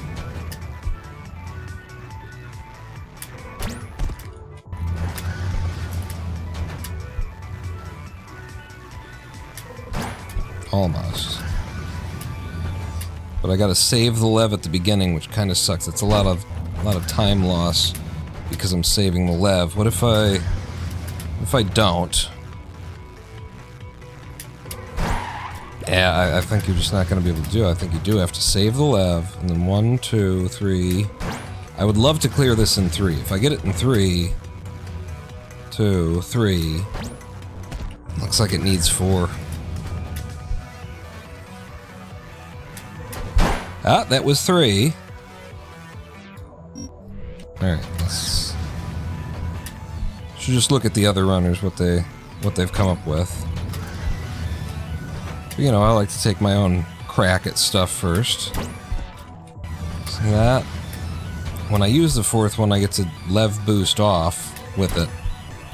But I'm already so low, it's very tight to try and get there. That's why I would prefer it to be 3 instead.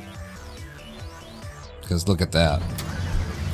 It's just this level has a very high death plane.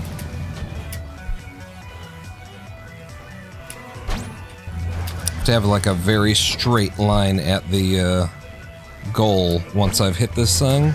I gotta go straight to the goal, not waste any terrain. Okay, that was only 3. So that was nice, but it hasn't, like, golded or anything.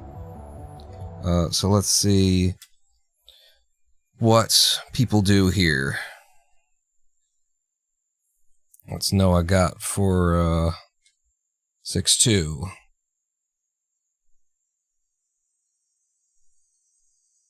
Okay, feeding through those 2. And then we're just going fast in 6-3.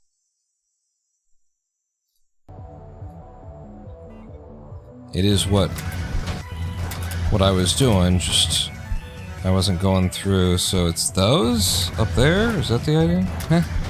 I'll do that.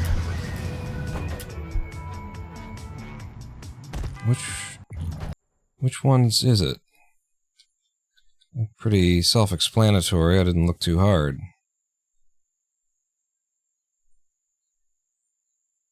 I see.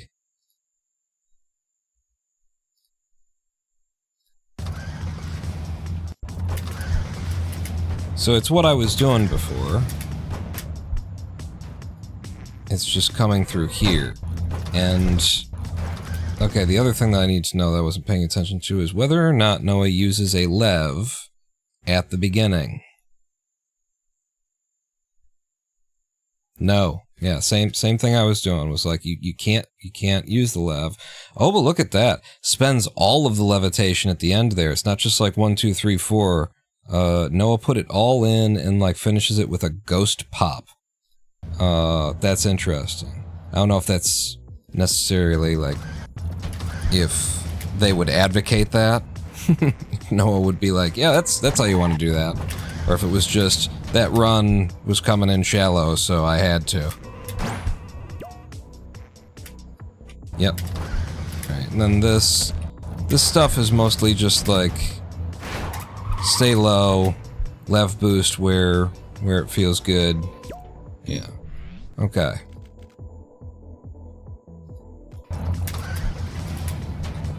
6.2 is gonna be... I should probably spend some more time with 6.2, but also I need the time everywhere. We just got here. We might as well just grind. This is just grinding, right?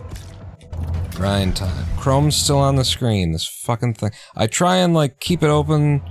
I'm committing to the idea of never keeping it open. I try and keep it open because it's like, why should I have to open it up every fucking time that we need it? But if I don't minimize it, then it stays up on the screen. And that's just really too fucking easy to do. We just went back and forth like 4 times when I didn't fuck it up, and the 4th time I fucked it up. 1 in 5 is not acceptable, so I just have to always close Chrome. Never ever try and be convenient.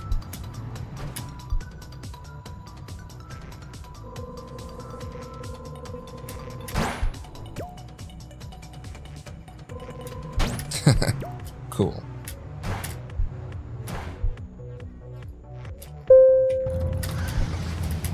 Oh, I've already screwed it up.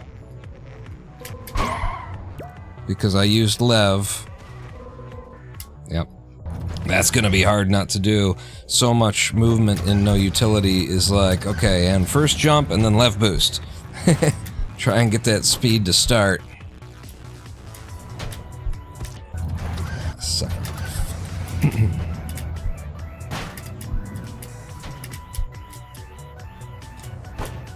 That would be brilliant if you could hit it like that and get the line out that you wanted.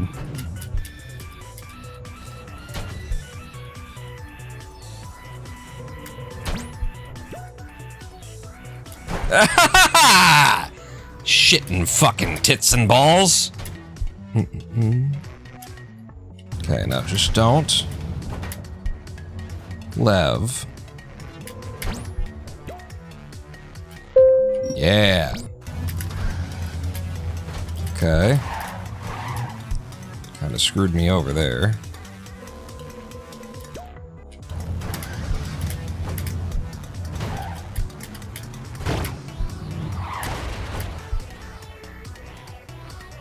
Wow. Okay, what's the movement gonna be here? Because it's a lot farther than I thought it was gonna be.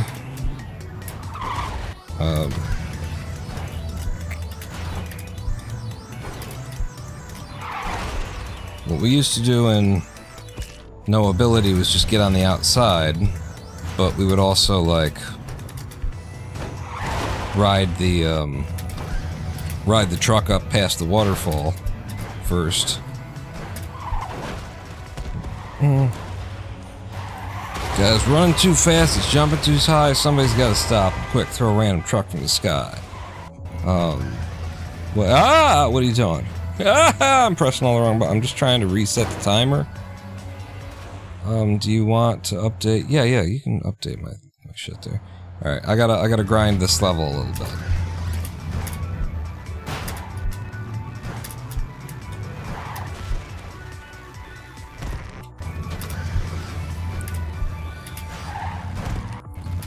A nose grind will probably do something for us too. Like if I did that as I went, and then you get on the outside. But it's got to be a lot faster than that.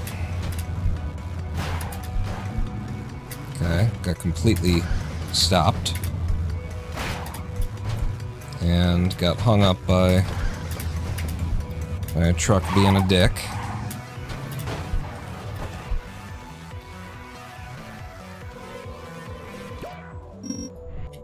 Sub 10 is definitely like what we'll be looking for here. Once I figure out a method that does a sub 10.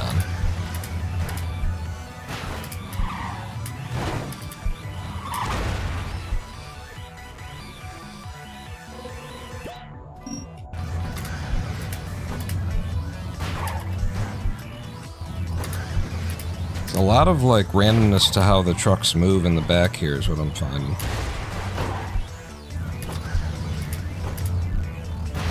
So you can't rely on much. This'll work. That'll be fine. I don't mind that. So it's just, yeah. and then everything's a long jump, and kind of a high early jump. Yeah. I would, at this point, I would rather prefer the safety. To clear the level and get to the next thing, so we can keep getting experience on the moves here.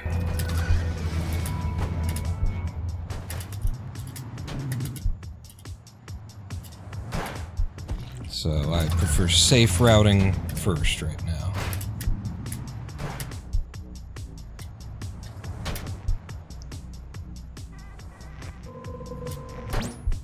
God damn it, that's just like... You have to really get used to where the lines are. Or just pop it like that. Yeah. Wow. That is really hard to not do the wrong thing there. In the fucking cock, dick! How is that even possible? I need... We're gonna do the live stream break now, because I need ice. I keep fucking adjusting this thing and it's throwing me off. So, here's some music. Meet me back here in 7 minutes. Don't go anywhere, pawn that out, is the thing. Yeah. Yeah.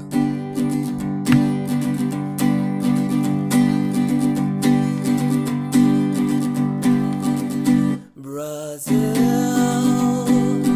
where arts were entertaining June. We stood beneath an amber moon and whispered softly, someday soon, someday. We kissed, and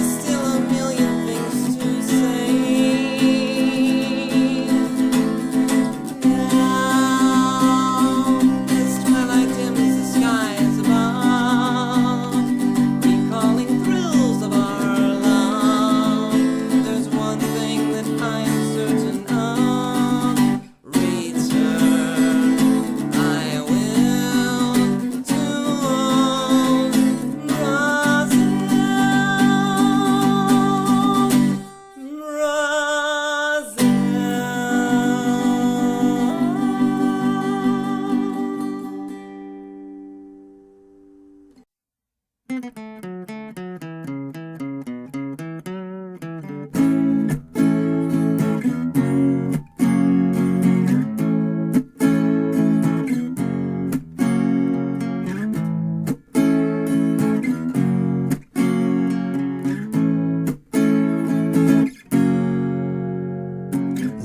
hurricanes on the sidewalks, spinning, twisting, blowing up your skirts. Leviathans are walking backwards up your streets, and pleasures only recoil from that hurt. It's just something obscure, something obscure.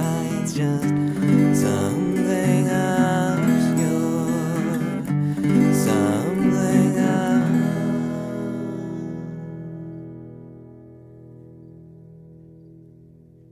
If bearded men comprise the great dark matter, and from translucent castles they decide my fate, then riddling is suggested, take thrice daily, and keep your ADD up off my plate. It's just something obscure, something obscure, just something obscure, something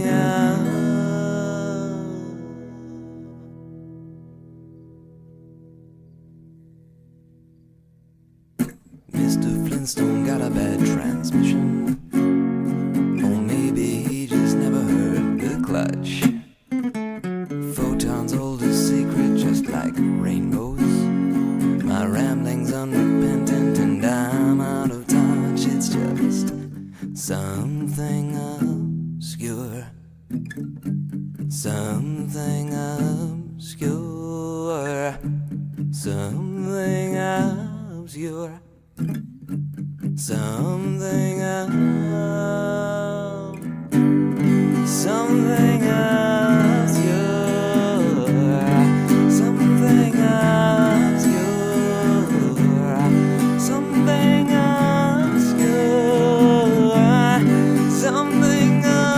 obscure, something obscure, something something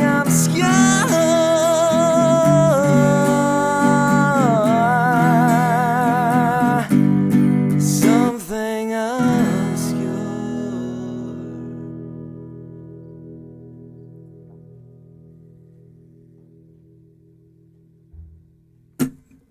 Wobbly handheld pod camcorders, naked, soft and supple, disguised soul.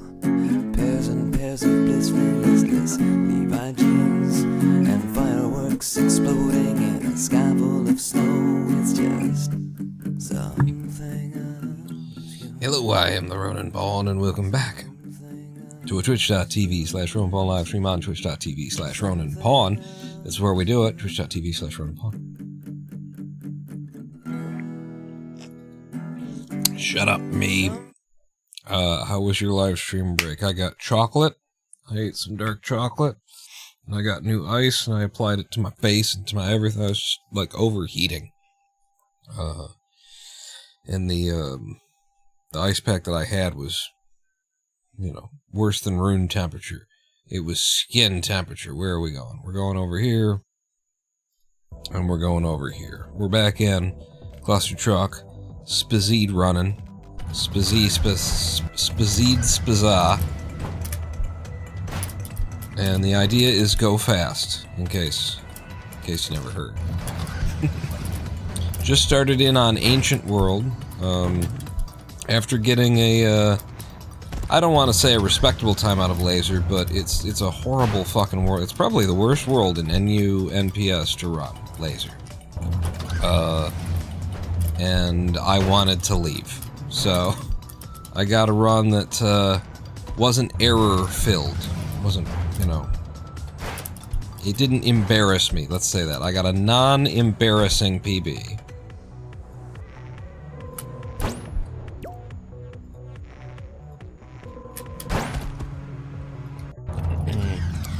And Lego Ageless Great. How you doing? Lego Lelo. It's Legolas, is what it is. Legolas, and then GR. What does GR stand for? Legolas. Good rigatoni. Legolas Good Rigatoni. Welcome to the live stream. God damn it. I did this wrong too. Listen, we're at the point with this run where it doesn't matter if you do it wrong. We're just getting warmed up. We're just getting started. You're gonna be golden stuff all over the place. And jump high, get on the outside, lev it in, levin an elevator, levin it up while I'm going down.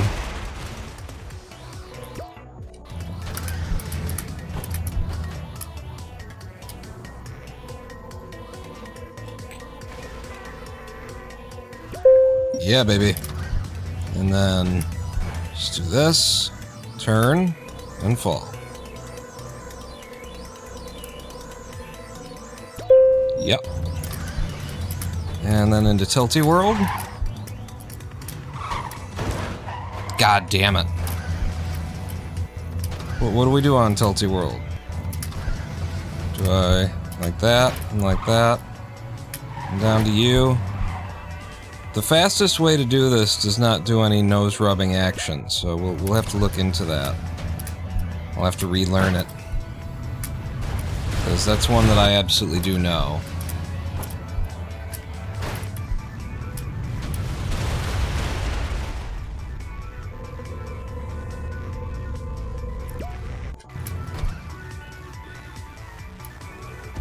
Yeah. Yeah, that's how you want to do that one, I think. Okay. And then, of course, there's the crazy touchy methods for this. Is like, yeah, and then you come over here and you drop in, right? I've seen... we got some, you know... we got some crazy runners. They just... they jump over somehow, and then they feed through the side here. I've never gotten into this feed through the side nonsense on any level, because I tend to prioritize you know, full game runs, and I'm not gonna risk.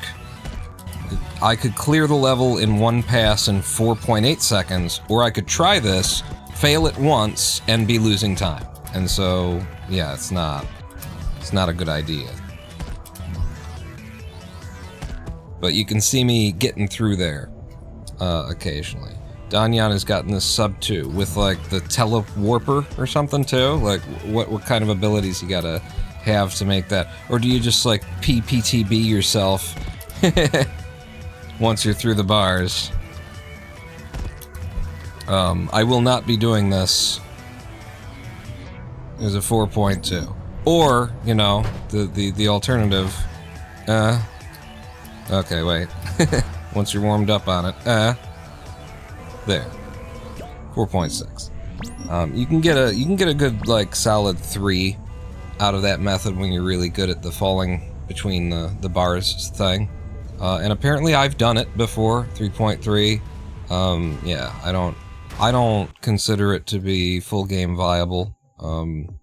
For anybody that's, you know, other than like Emily. I wouldn't put it in my run anyway. It's the savings is not worth it. Worth the risk. Thank you for that. That's what I wanted, was to slow down. Oh, and then I wanted to not catch the top of the next truck.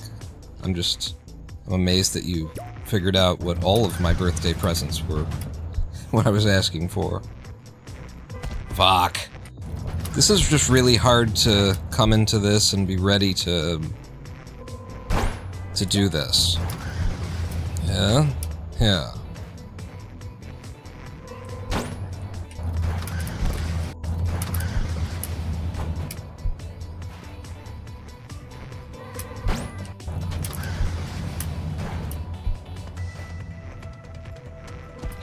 Oh, cool. That didn't seem like that was even possible, but okay. Boy, this was a lot easier when I was training. I'm sorry? Well, I got shot by a sniper. I see. Because I know I didn't fucking touch anything. Goddamn snipers out here in Clustertuck.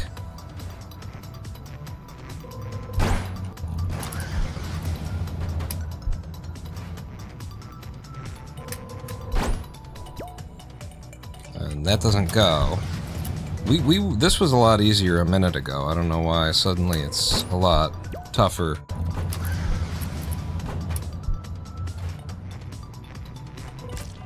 And I don't know why I'm managing to hit that fucking shit either. That's not.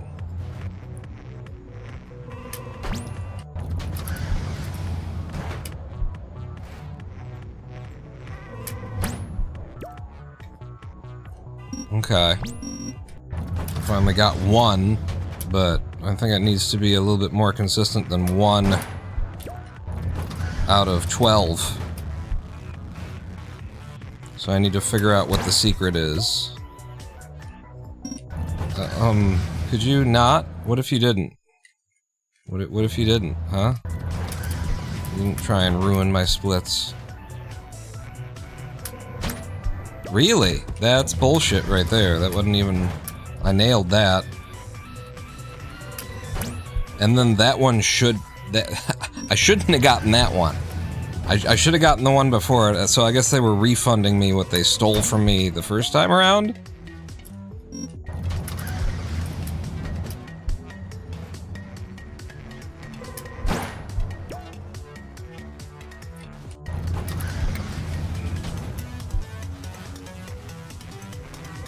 So, importantly, I've got to, like, I think I need to hit that second jump a little high.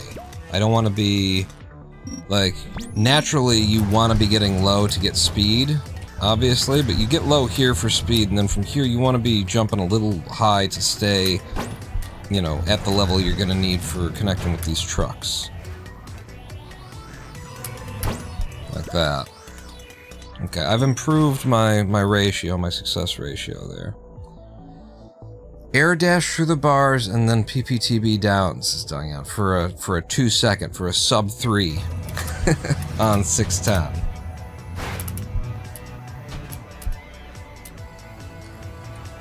Okay, that's really hard to get used to. That's better. That's how I want to do that. So the last jump should be a short jump, short pop, so that I can be coming into that more laterally, a little flatter. And it's just going to be easier to get a lev pop out if I'm coming at it lower. Be able to find a pattern here. Jesus fucking Christ. Did I just say it'd be easier to find a hole?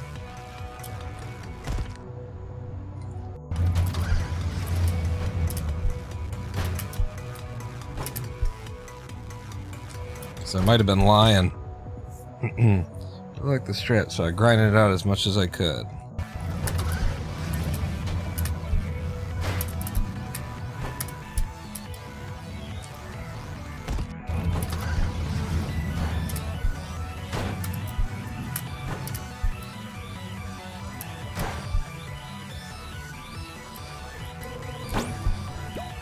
Cool.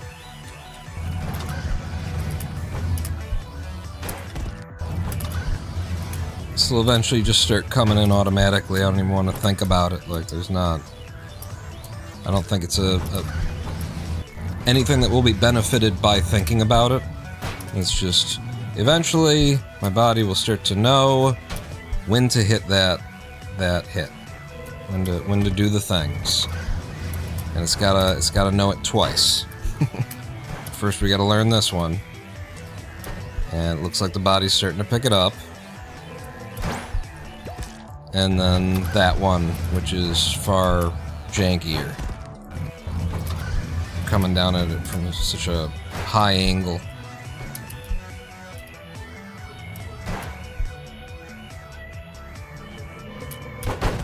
Okay, that actually helps if I can do it that way every time. Which is to actually run this out before I jump, and then do a short jump so that it keeps me low. That's the idea there. So there we go. Keeps me low and flat, and lots of speed. Oh, and suck on my balls. So that's gonna be...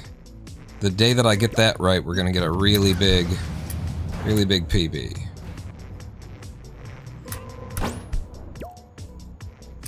Okay. Practicing that one paid off, but then this fucking level decided...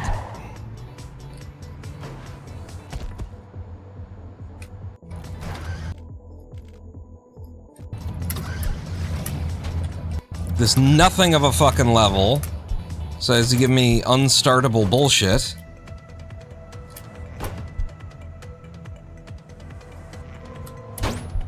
Alright. If I can land the top, we're still okay. We're not okay.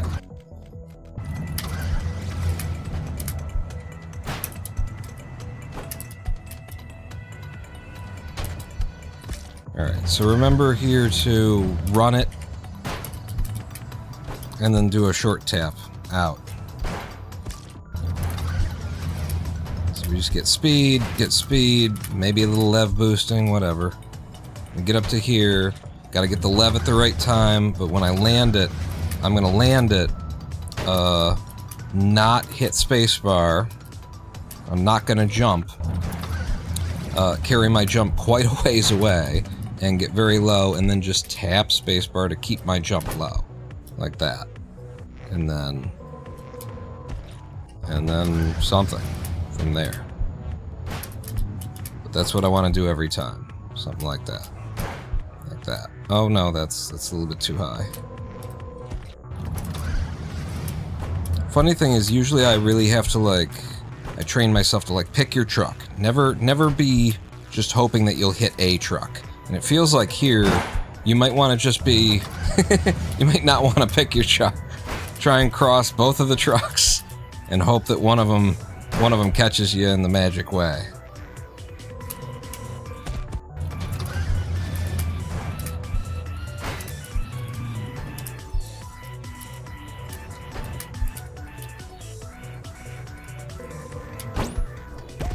Cool.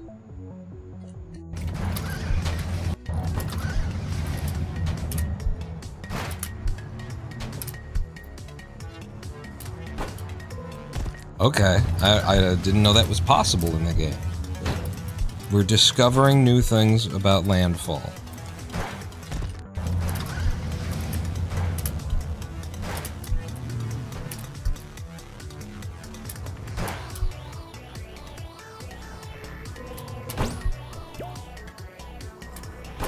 God damn it! You shitting fucking bitch tits! Fuck! Ah! How are you finding these weird fucking ways to hit the truck? Just land on the fucking top of it and run off of it. I thought that's what the game was supposed to do. If I weren't speedrunning, that's how the game would work. I don't know how you're inventing this magic new shit you're coming up with on every fucking run.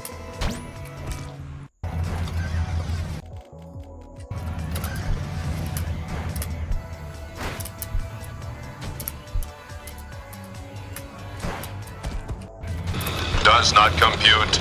Does not compute. Does not compute. Yeah, we gotta get in here with some DLL editors and fix this shit, 'cause I can't keep running on this.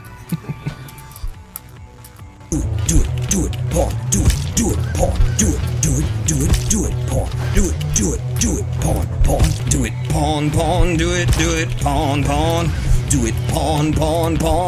do it, pawn, do it, pawn, do it, pawn, do it, pawn, do it, pawn, do it, pawn. Do it, do it, do it, do it, do it, do it, do it, do it, do it, do it, do it, do it, do it. You can do it. We believe in you to do it. You can do it, pawn. Woo!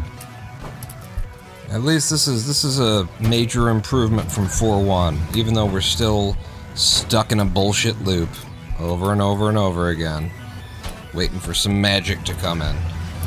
Because this is like, there's nothing RNG here. It's just all heavy fucking skill.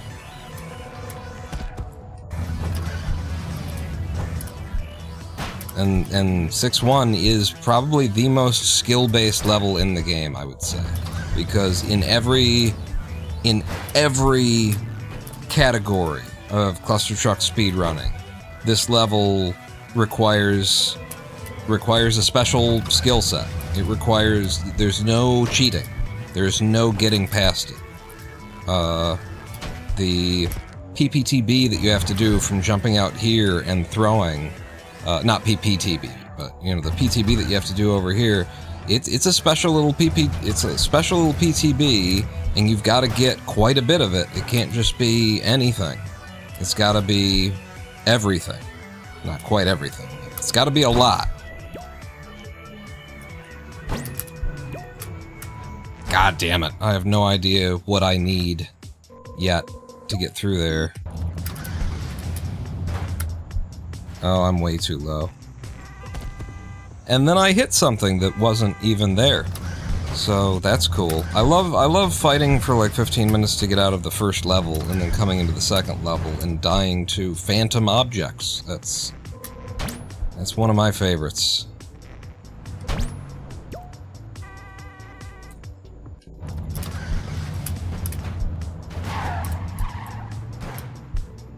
I gotta just like run to keep running on the level, you know, I can't be stuck in 6.1 and 6.2 all fucking day.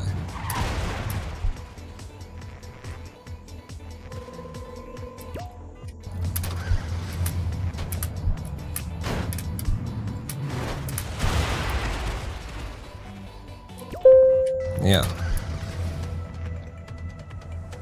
And I wonder if it's faster to just do that than it is to try and get a little bit of speed like I've been doing. Yeah, probably.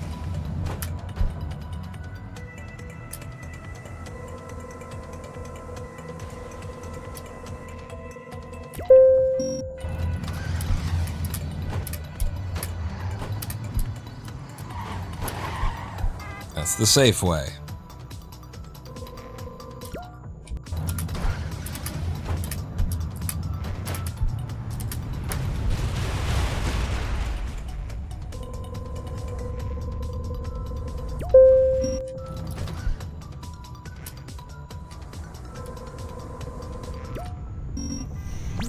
Okay. Had I not had the stupid deaths at the beginning, that would have been a pretty major PB, but we're grinding our golds down out of these super old no ability splits. Feels good to, you know, if I just get through here, it looks like the rest of it is pretty forgiving. Just gotta get out of this beginning section.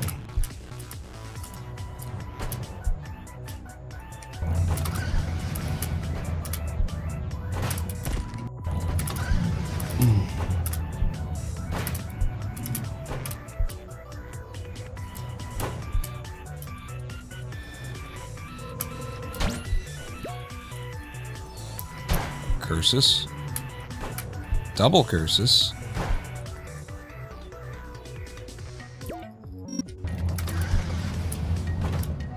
Okay. Yeah, not enough.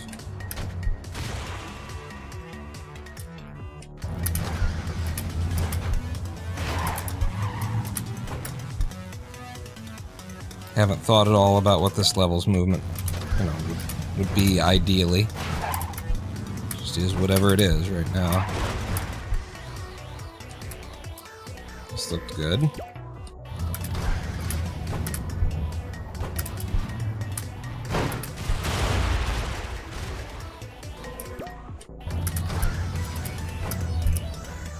I shouldn't be doing that.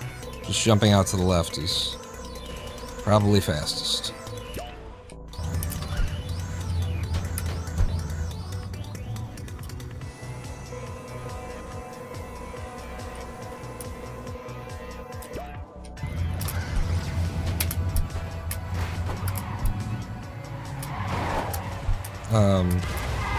Okay.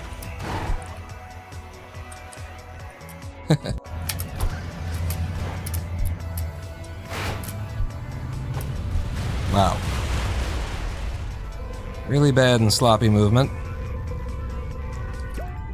And we're still gonna PB on it. Even with that, even with the double tap. Run faster, jump higher.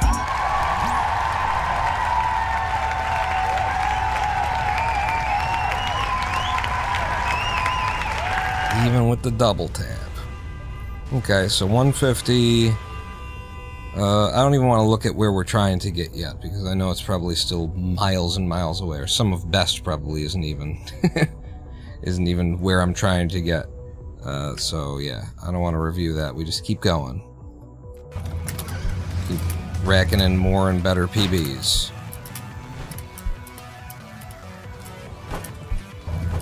It's the idea anyway. There's like 3 seconds to be saved just on this level alone.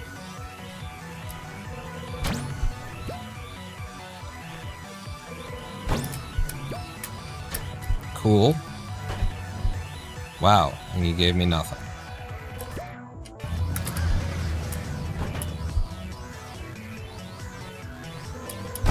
Yep, nothing.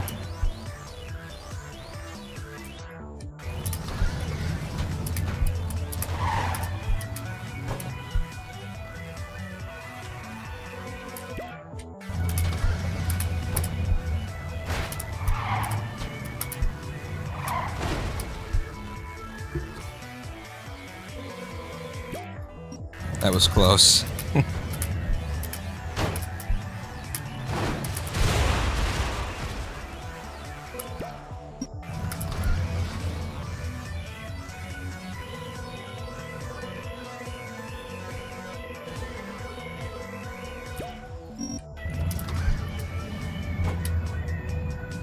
Okay.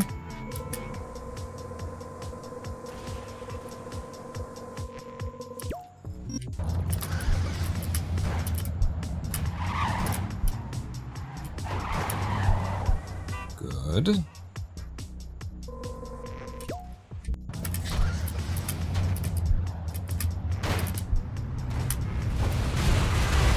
I almost threw that away.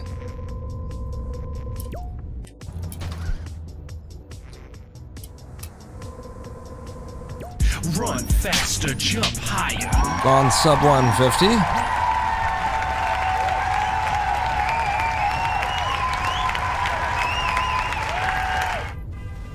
And I guess I golded on 610 there. Alright, keep just grinding them in. PB after PB after PB on PB. That's what I want. Out of life. Cover me in PB.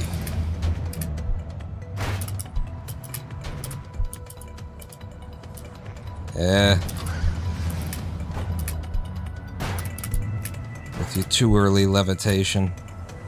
With your too late levitation.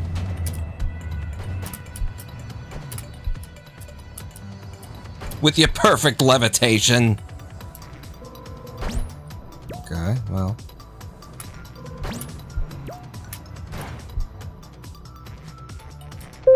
Yeah, still not bad.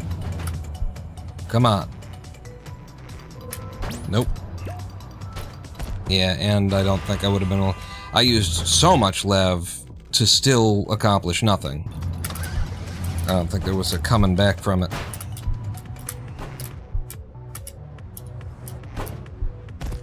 Jesus. You get so much speed. So much velocity. Heading toward whatever it is you're heading toward. Not a lot to be done. I think maybe I'll hang left and try and cut across.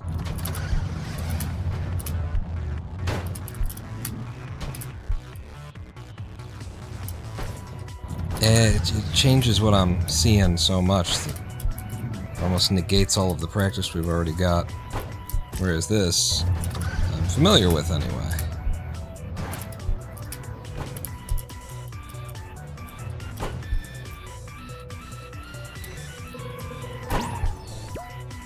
Son of a whore. Still a sub 20. And a chance to lose all of your speed here anyway.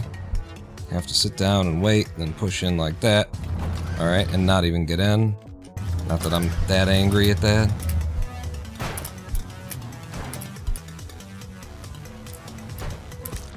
Ooh.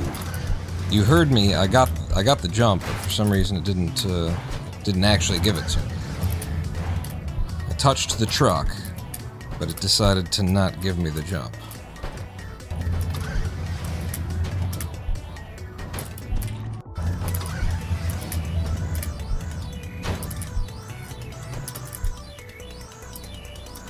Damn it. So in Python, I'm doing all this coding lately, and right now I'm doing a really, really hard part of what I've been working on code-wise. I wonder if, like, trying to hit the second ones back would be easier or something. I feel like that's what Noah did in their run. But I'm at a really tough part, which is, I'm redoing scroll bars. And the scroll bars are tricky as hell. Just figuring out how the skins are going to work for the scroll bars has been a bit of a, you know, like I'd already figured it out before, but I'm basically writing it from scratch and reconsidering every decision that I ever made, you know, in 2019 when I first wrote this library. And it's just it's very tricky. It's very like, so what's gonna know what and who's gonna communicate with what.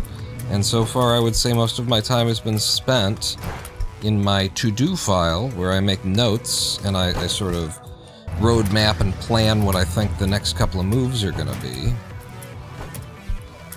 And so yeah, I've been writing the to-do more than I've been doing the coding. I mean, I do the coding, but I've been going back and forth on like a couple of different ideas.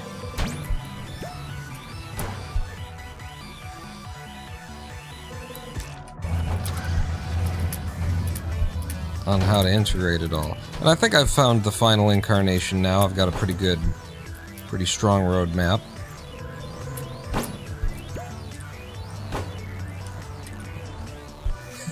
We could make the game really easy. All this work that I'm doing to try and get like amazing movement. Just turn around, walk at the windshield, press pause twice.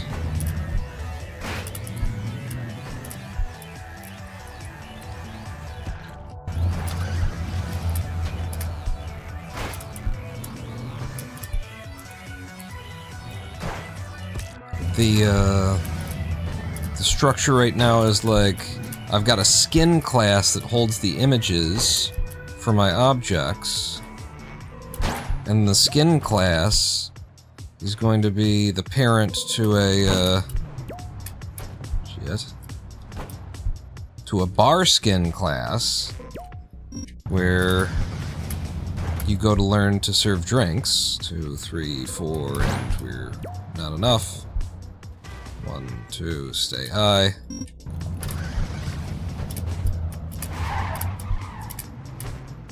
And just have the game eat the jump.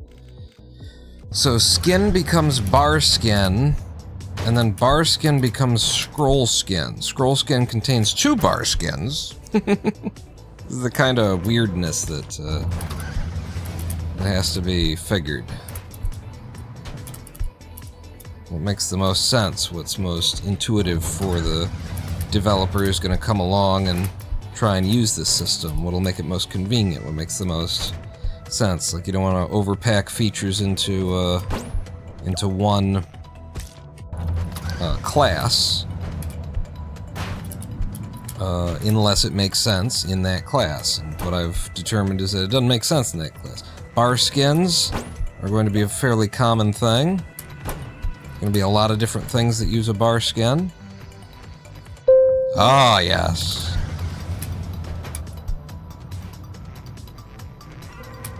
Yes. Okay. And then just lose all the time we saved. Got it.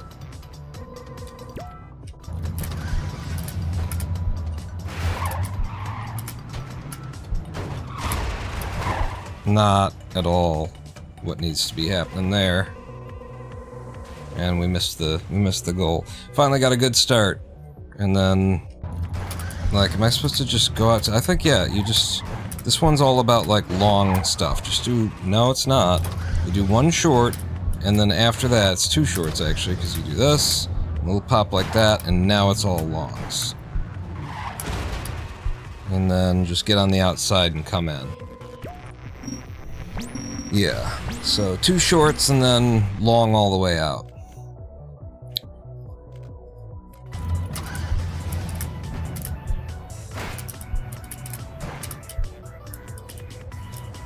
Curses. But so here's how the scroll system is going to work. Starting from the smallest unit going backwards to the largest unit. You have a scroll handle. Nobody's ever thought about a scroll bar before, but you get a scroll bar over here and you go up and down with it, and when you mouse wheel on it, it moves as the page moves.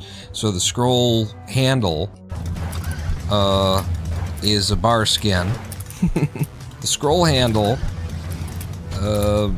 when you drag it, will report to the scroll bar, which will be not its parent. Its parent's going to be a scroll trough. So the scroll handle is in a scroll trough, and the scroll trough is in a scroll bar, but the handle, when you move it, is going to report its activities to the scroll bar. Scroll bar is going to be the thing that talks to all three things, because depending on what's going on, in almost any given situation, you're going to need the scroll bar, or you're going to need the scroll trough to update sometimes, and you're going to need the scroll handle to update sometimes, and there's a lot. There's a lot to 1, 2, 3, 4, 5. Not enough. And now I have to wait an extra long time to get to the lev to be able to push out the level.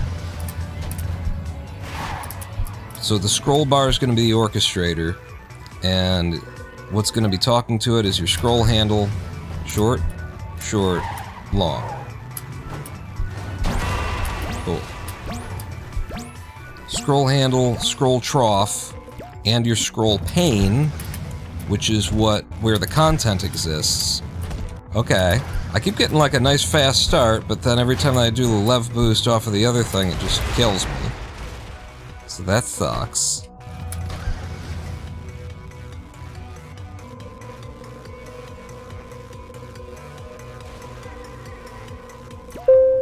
Really? Click the fucking thing with the fucking fuck! Hi, how you doing? Welcome to my live stream.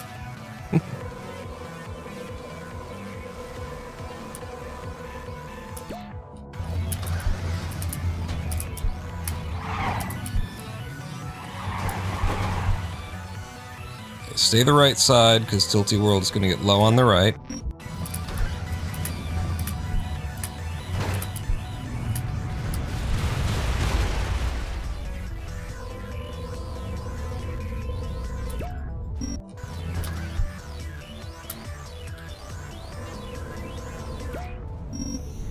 Okay, picked up a gold, some best at 142.09.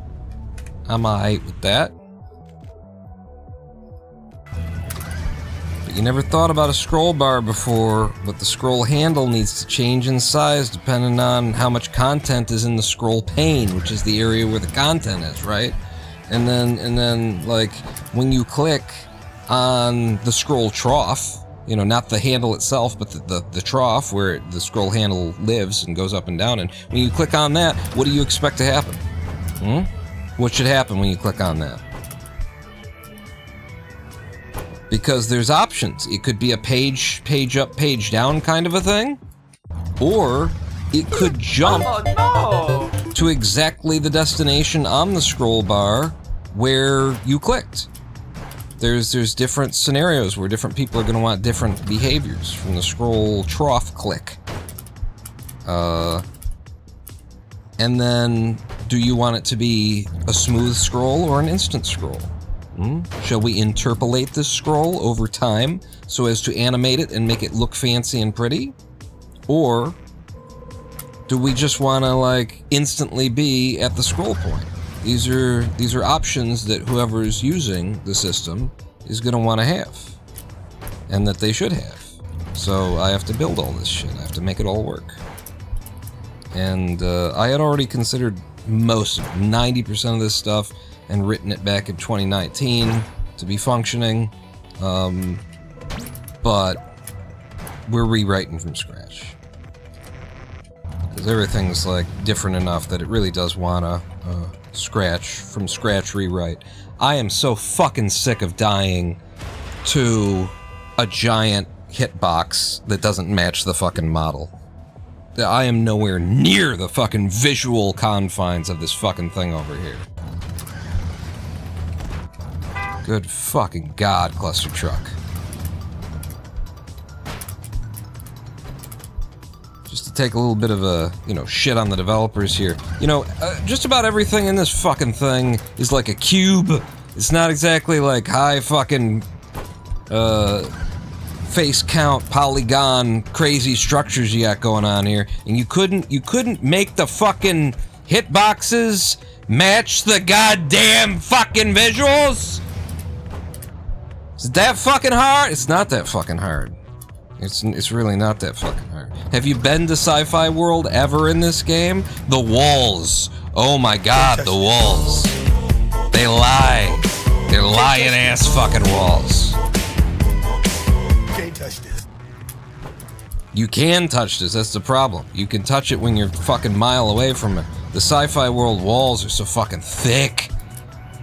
Not visually, but in reality, but when you go to try and pass by one, it'll fucking kill you, you'll be in a different county. It's like, holy shit. You overlook it in places where it's like, well, there's a lot of complex geometry here. They had a lot of different models going on. It's a huge... Look at the scale of GTA 5. They're going to have a couple of places where the edges are just, the hitboxes are not going to be... This is the same fucking pillar, copy and pasted, 8 different pillars, copy pasted and turned and copy pasted and turned. All I had to get was 8 hitboxes right. You fucks. You fucking Swedish fucks. I don't know where they're from, actually, but it's somewhere up there. Nordic pricks. You fucking umlauts and shit.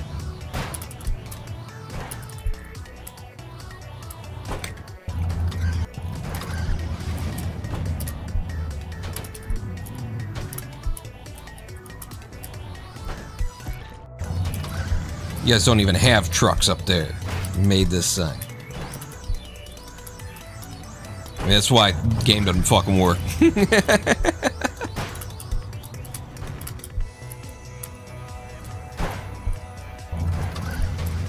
Got a bunch of eco-friendly green trucks with good aerodynamics. Come to America. It's a Mack truck. It's a brick wall with an engine on the front of it. Fuck aerodynamics.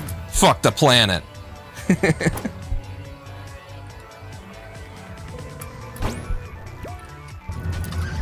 It's crazy the difference between European semi-trucks and American semi-trucks, and it really is. It's a brick fucking wall what we do.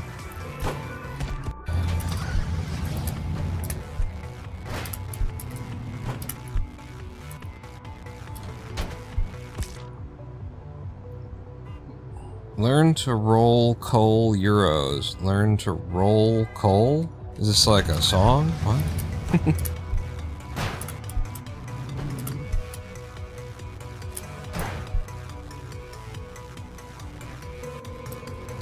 Alright, I need to just stop trying to get good speed out of there and just get any. Because I'm sick of not getting to start the run. Especially considering what has to happen here. Okay, I think I might have just figured out a trick. Should take me far.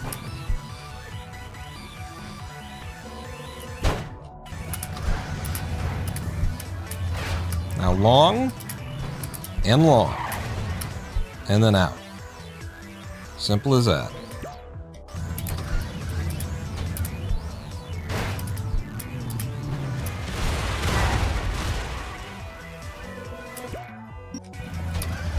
And just jump out. Pretty sure it's the fastest to just jump. Don't do anything to try and make speed.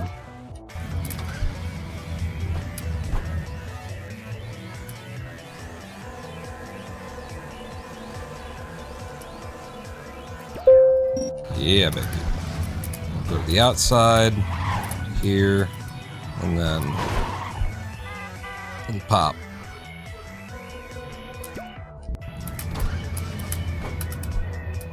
Get as much speed as we can out of here, and go out.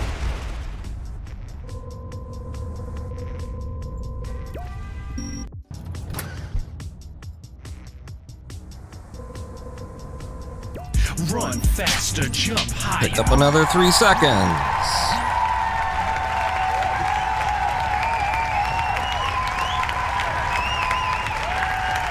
I do not know what we're going for.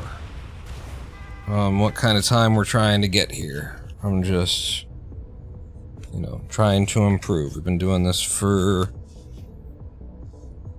I'm gonna guess an hour and 15, hour and a half. Since we started in on this level here? This world?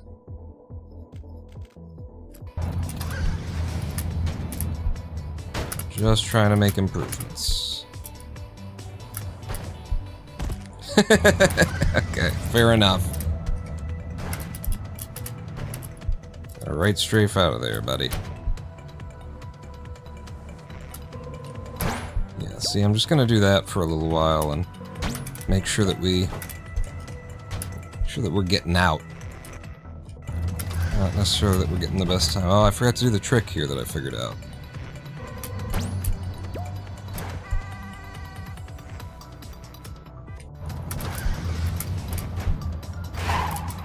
So is that so much time lost at that point that probably we can't beat it? Is that a reset moment now? I finally reached the point where... it wasn't until I did that level like shit. This one's gonna be gold. No? Wow. Oh, right. I'm supposed to do this. Are you sure you're not supposed to do that? Because you got a gold out of it.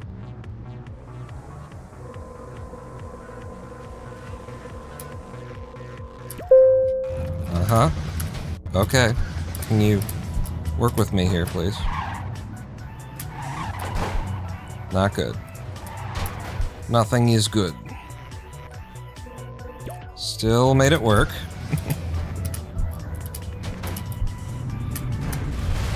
I think this one's going to be a lot faster than the old one. Not that we can save it, but...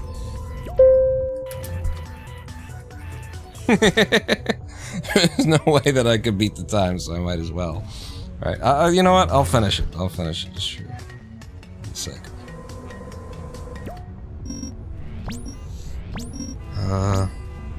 So I'm best down to 141. Looking good.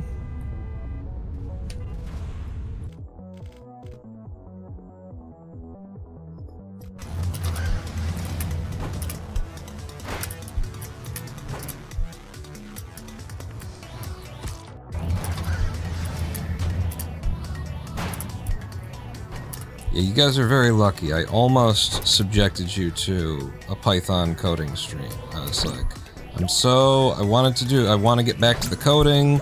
I've been living with this construction for several days, so I haven't like done any lately, and I almost decided to just bring you coding today on a twitch.tv/RunUpOn livestream. Just because I wanted to do it. And then it would have been me and 4 other people.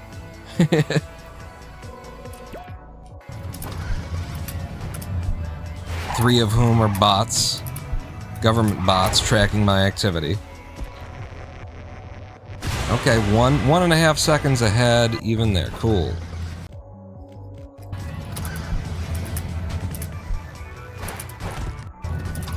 And I just gotta remember, the main thing is I gotta remember what to do when I come to 6-2. So the secret, the trick, was to just delay yourself a little bit. When you come to 6-2, don't start immediately. And that lets the truck get just a couple of inches, couple of millimeters ahead of where it would be otherwise when you get to it.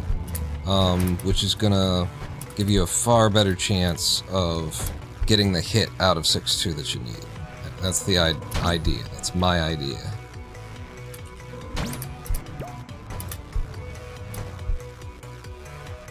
So here, 2, 3, 4. Yeah, see that? It's gonna be a little bit slower. Sure. But, it's gonna be a lot more consistent. Short guy, long. Long. Oh god. I didn't think I had a jump there. It's very fortunate that the game chose to give me it. I did not earn it. Let me tell you.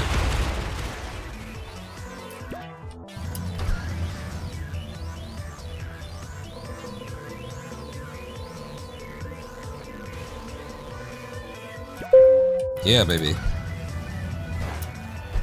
Uh-oh.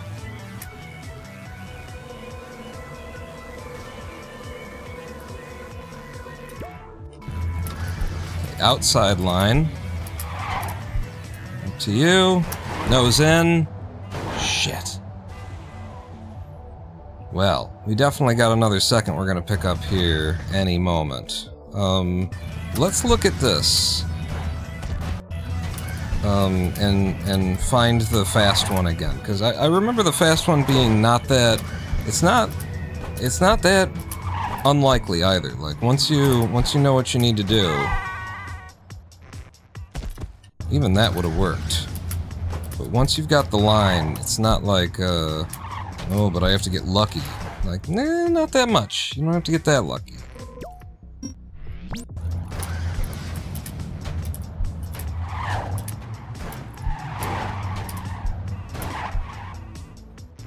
Okay, you want to stay right.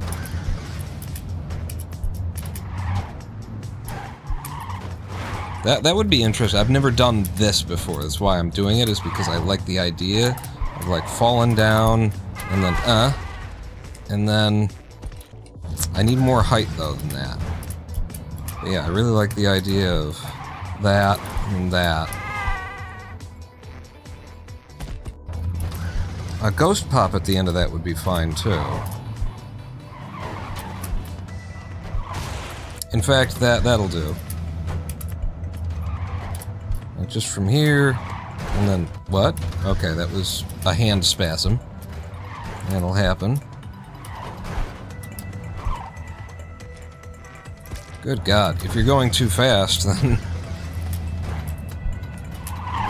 If you're going at the speed that you want to be going at, then you're going to have a problem.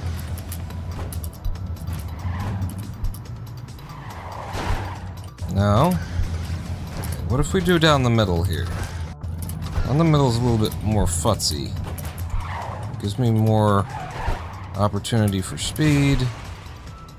And then we hit the correct trucks as we leave, and then we miss the goal entirely.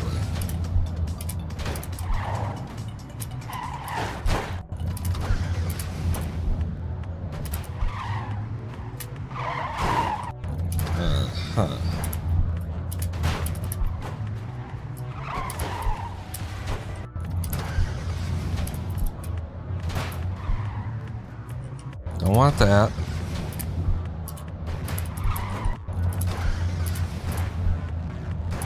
Save myself some time and just go look at the other runner's route for this, because it's not worth my fucking time. I've already, like, I probably invented this routing. And I'm not kidding. Like, it's entirely possible that I invented at least like the no ability version of this routing, where you just run really fast and then you get a nose grind at the end and you get thrown, but with levitation it's so much fucking easier. And I'm gonna sit here and like reinvent the wheel that I may have been the one to invent. Like, I'm not saying that I did, I'm saying it's possible. There's a lot of the routing in this game that's mine.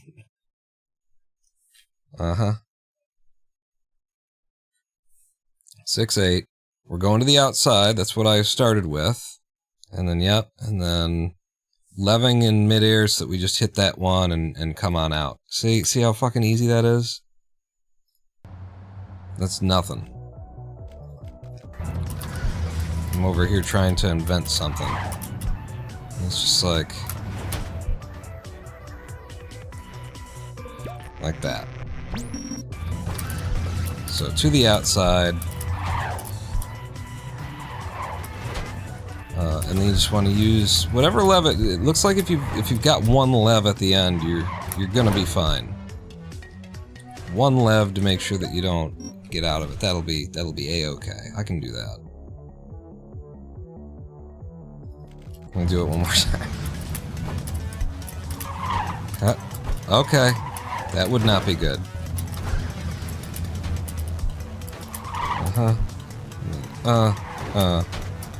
That would also not be good. And low on lev at the end, too.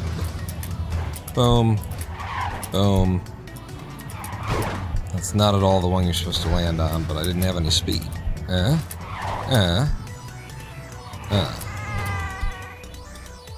So yeah, actually, if I do 2 lev boosts out of here...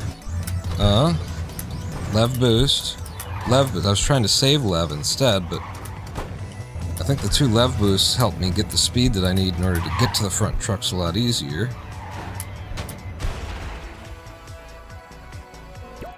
Yeah, okay. Let's grab a deep cut on PB, please.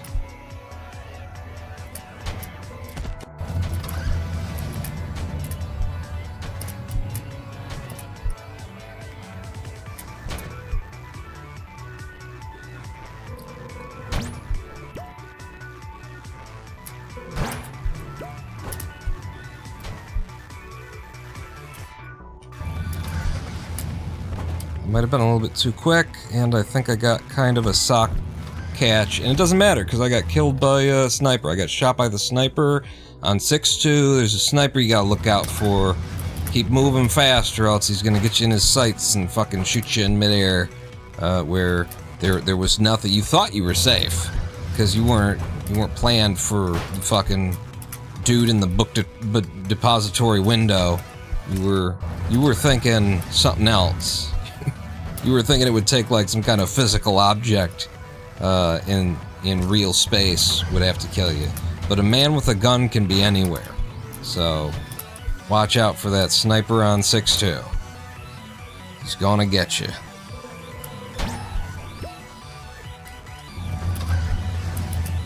The old 6-2 sniper.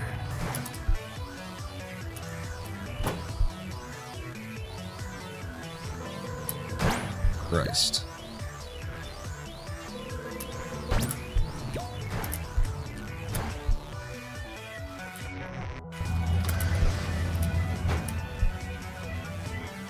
Avoid the sniper! Fuck.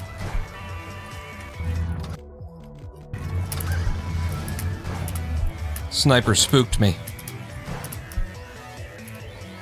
I heard one of his shots. It didn't get me, but I heard it zing by my ear, and I was just like, ah, fuck. How am I supposed to, you know, race under these conditions? I got people shooting at me. What is this? The Hunger Games? I never saw a single fucking Hunger Game movie. What are they about? Teenage girls with fucking crossbows? I know. So I don't know. Culturally, I'm aware.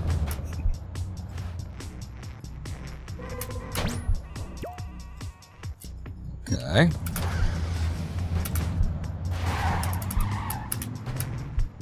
Very slow start there. Figure out how to get going. No. Okay, short, long. long, and then just forget about it. It's over.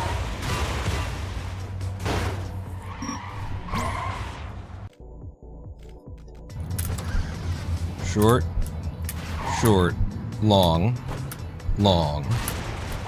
And then you gotta not fucking touch both trucks. You gotta pick a fucking truck, buddy. Going between the two of them is not an option. Pick one and focus it and land it.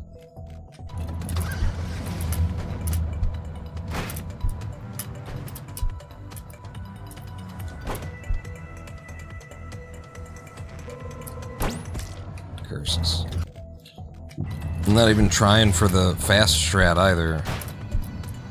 I think it's that I can't convince myself to not go for the fast strat, so...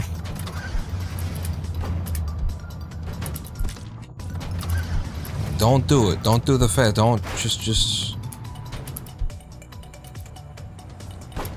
Okay, you get the speed here, but then here you just mid-air, land it easy, and then same thing here. Clap down hard. Don't worry about it. You just clear the level, go on to the next one.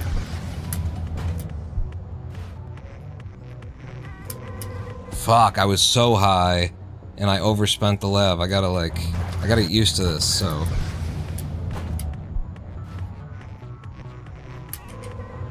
Wow, okay. So, wait a lot less, I think.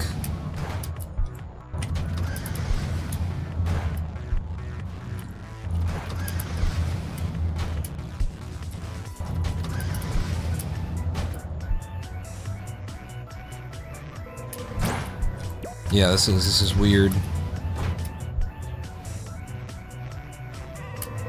There we go. Okay, I know what I'm gonna do.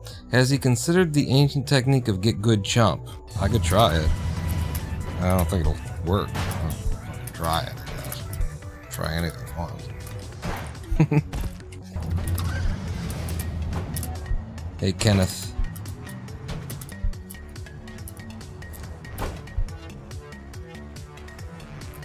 And then just, see? Just commit to it. Just commit to, like, you do it early. Do it way early and commit to like an 18.5 second clear time.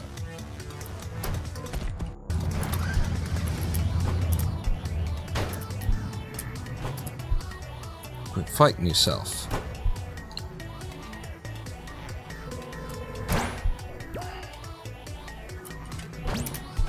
No. Okay. So I'll have a drink.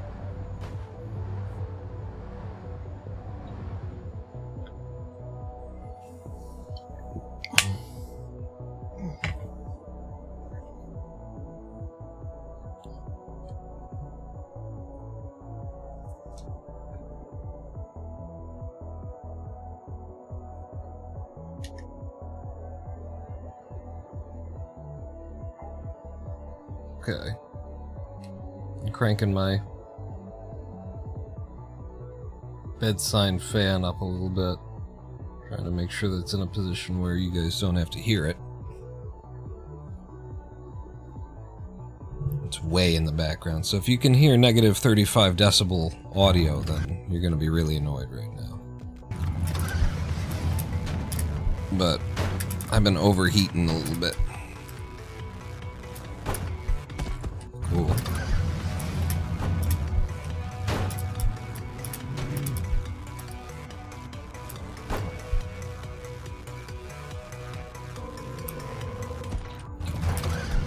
That one I was going for the speed because it had already gone a little bit wonky.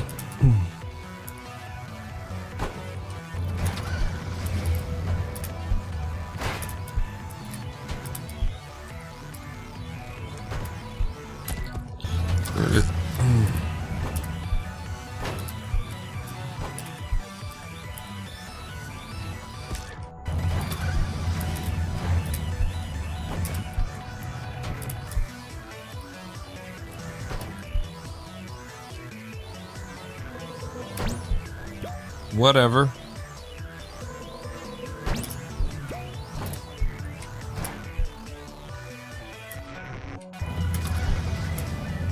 I went too early here. Yeah, it's okay, the sniper got me, so it doesn't matter what I did. Sniper was always gonna pick me off.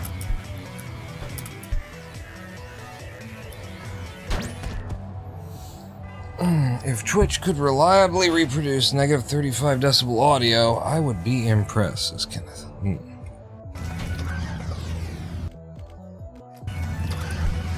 Well, then we're probably safe. I think we're gonna have to call this live stream quite a bit short because I've been having these, you know, overheating feelings, and I got some weird tension in my muscles and stuff. So I think I'm getting some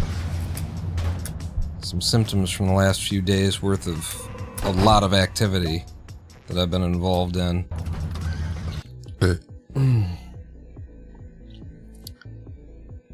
Oh, yeah, after 3 hours, I got too many weird things going on, and I don't want any more weird things going on.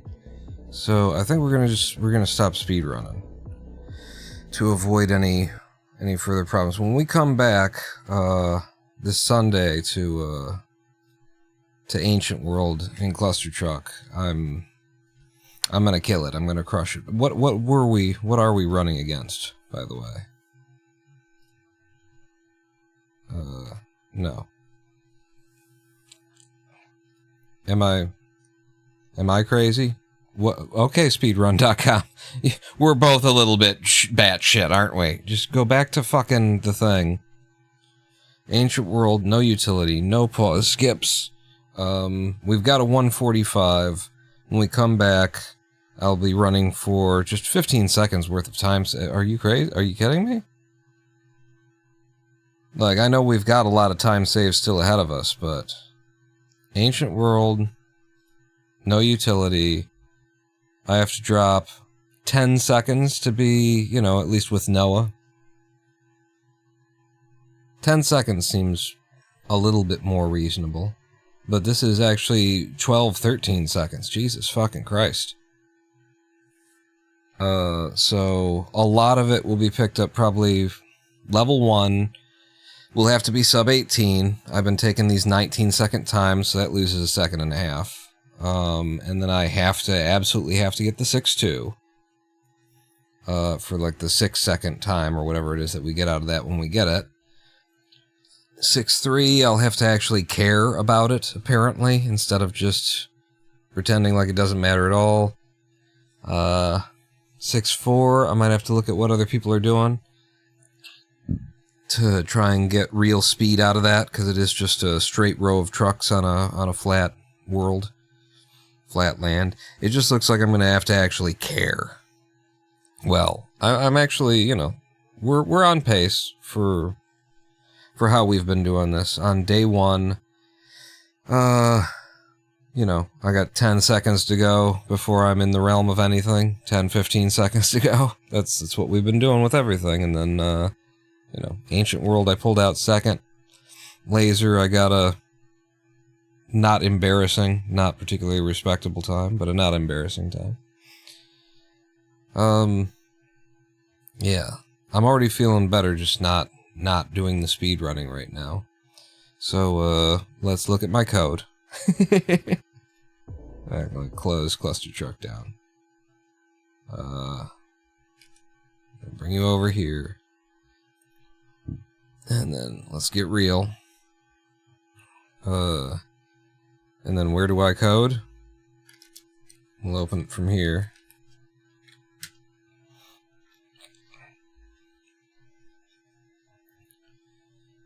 Let's look at what we're doing with the code, where we are on it. This is my to-do list. So first let's look at where it is. This is the, and I don't know what was going on with it the other day. It was the desktop, it was explorer.exe, the computer needed to be restarted.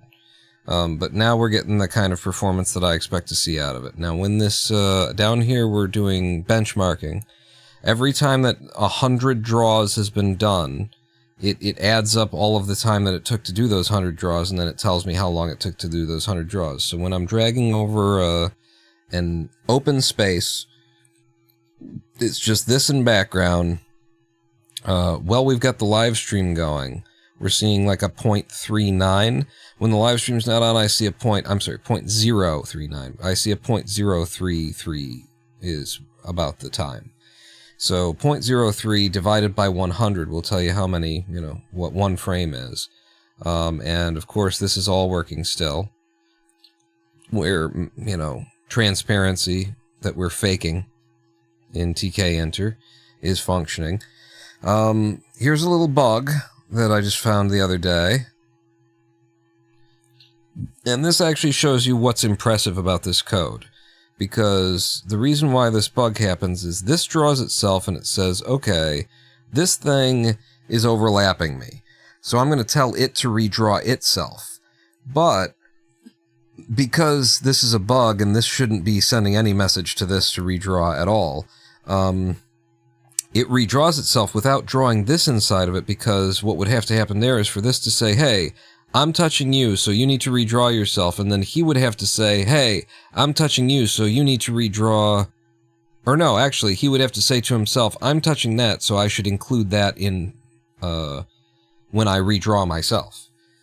Because that's underneath me. So there's an underneath and above, there's an underneath and a top, is the language I'd go with, to describe this. So this shows why this is so impressive, because when we go up here, we have 3 different overlapping widgets, 4 in fact, because 1, 2, 3, 4. This is overlapping. If I take this away, you'll see that the hover for this is actually very long, and there's a transparent area here. So 4 things are overlapping right now, and when I mouse over this, it tells this one, hey, I'm underneath you and I changed, so you need to redraw yourself, and you need to redraw anything that's underneath you. And he does it. He redraws this, and he redraws this. Not that there's anything really to see there, but... So it works there. If I do over here, where we're underneath one and above the other, this all works too. The only reason it's not working over here is because it's not supposed to be drawing over here at all. This is completely on top. It is completely opaque, and it shouldn't be telling this guy to draw anything. That's how the rules are supposed to be set up. I don't know when I broke that. What's going on down here is the beginnings of my my scroll bar system, or rather, this is for this is bar skins. So everything that's here is using a class that I wrote called a skin in order to store all of its image states. So this is the nothing is happening state, this is the mouse over state, this is the I'm being clicked on state, and then because this is a checkbox, it's got a whole nother set of states for when it's true. So this is the nothing is happening, this is the hover state, this is the I'm being clicked on state, and then back to the beginning.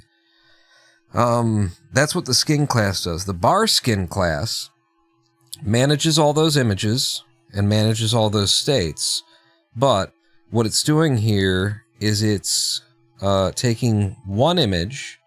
In fact, it would be this one. Well, it would be this one. And it's saying, okay, you want me to turn this into a bar? Tell me if you want it to be vertical or horizontal. So this is vertical, this one's horizontal. And then it says, all right, what is the image for the end cap, and what is the image for the trough? And you give it like one image for the trough, which is just this little square with a lot of padding on it. That's what that is. And then you give it one image for the end cap, and it says, all right, you want this to be vertical, so I'm going to take your end cap, and I'm going to flip it upside down. I'm going to put it on this end. You tell me how long it should be, and I'm going to make it that length. I've told it to make it 192 pixels, so it's 192 pixels. I made this one horizontal. These are being made by different methods, but through the same class kind of a thing, so it's just testing that it works all the ways that you can do it. So that's my bar skin class, and it's for being able to make things that change in size. They have a variable length to them. So in fact, take note of like how long this one is, right? How tall it is. It's about, well, this starts up here, but you can see, I don't know, it's not really vertically in line with anything. It's about a third down is where that ends. We'll go over to the sample .py, which is what we're running in order to see that. And try and figure out which one it is. I think it's probably C3. Oh, you're C2. You're supposed to be switch to C4 and C4. But, okay, so you're C3, and you've been told to be a height of 192. Let's go up by another 140, wait, no, it's 48. So 48 plus 192 should be 240, okay. So 240, and is this a vertical one? Probably is.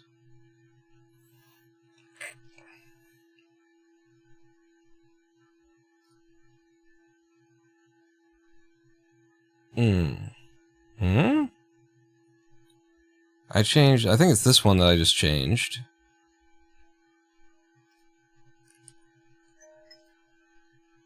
And I changed its height. That's kind of weird. I need to, which ones are vertical, goddammit? Just tell me. So we got clockwise, mid-skin. I'm doing a lot of like hacky stuff in order to make it work for testing right now. Like show me where, anywhere that it says fucking true, Jesus Christ. Shouldn't be that fucking hard to find this.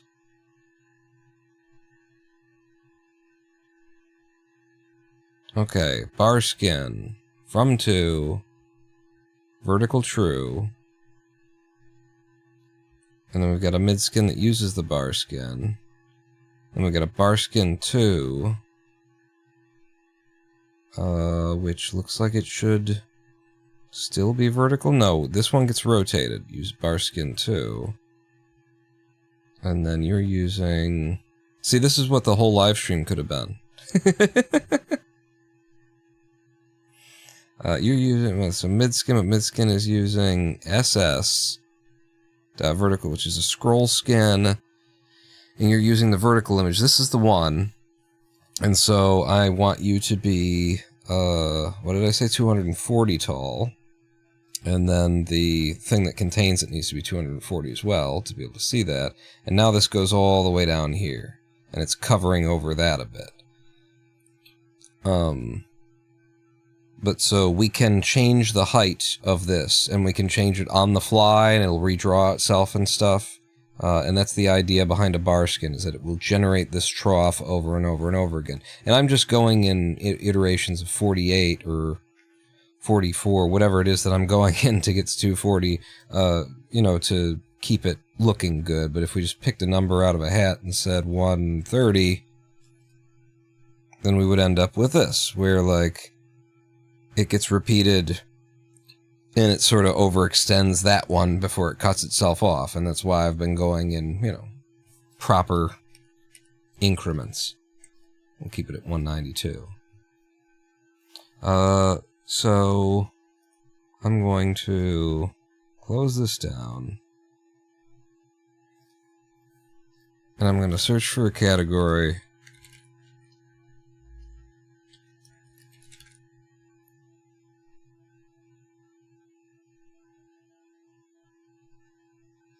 And I'm actually going to switch the live stream to coding here, because I might just want to, you know, sit around and like the speed running was triggering something in me. But the moment that we stopped speed running, the better that I felt. So surely there's a fucking category for programming, for coding, for software. What's the magic word here?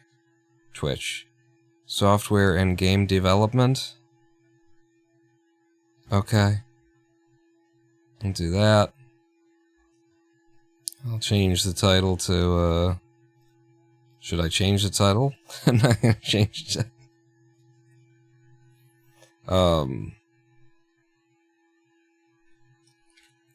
GUIable, the library that makes TK Enter not suck.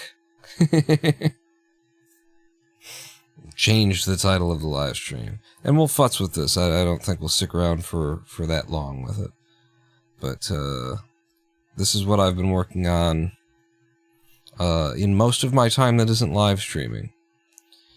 So, the idea is, go back to the to-do here, my, roadmap, and we can look at how the skin concept has gone. We've got the basic skin, and the bar skin contains 2 skins, and actually it doesn't contain 2 skins, it contains 3 skins, but you can generate it with only 2 skins and have it flip.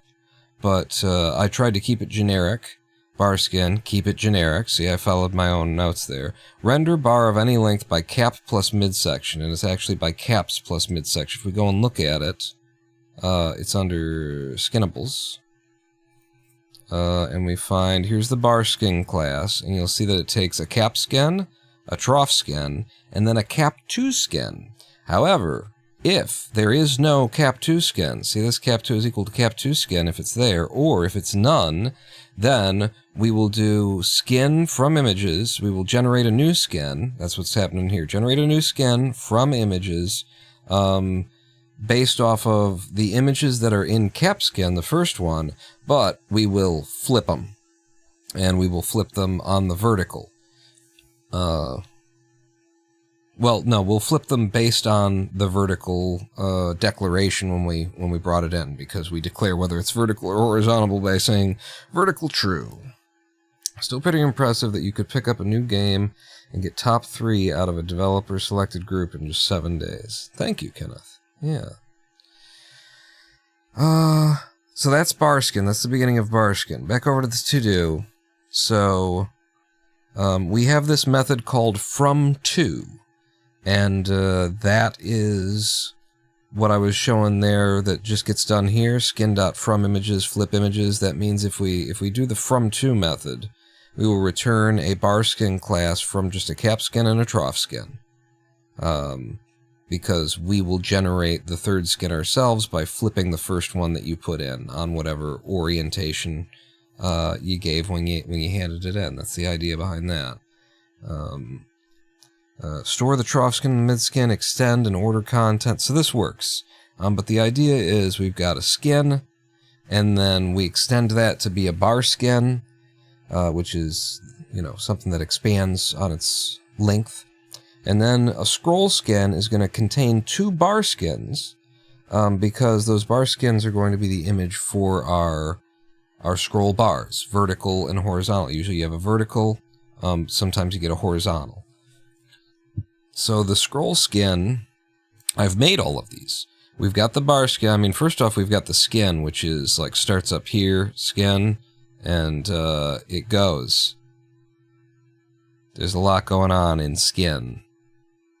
It supports a lot of different methods for loading images into it, so that's a lot of it. Then we get to bar skin, and bar skin's a much shorter class there. We're through bar skin, and then scroll skin isn't even it's not an extension of another class. It's just a container class at this point anyway, so it just holds 2 bar skins, vertical and horizontal bar skin. And so it's just got a few little methods there that allow it to do things like you can actually, if we look over into sample, the quickest and easiest way to get up to the point where you've got horizontal and vertical bar is right here. SS equals scrollSkin.fromSkins. So we pass in a cap skin and a trough skin, and we basically immediately have vertical and horizontal bars. This mid-skin thing is just a little hack to make it easy to see it at this state before there's objects that are built to extract the images from it.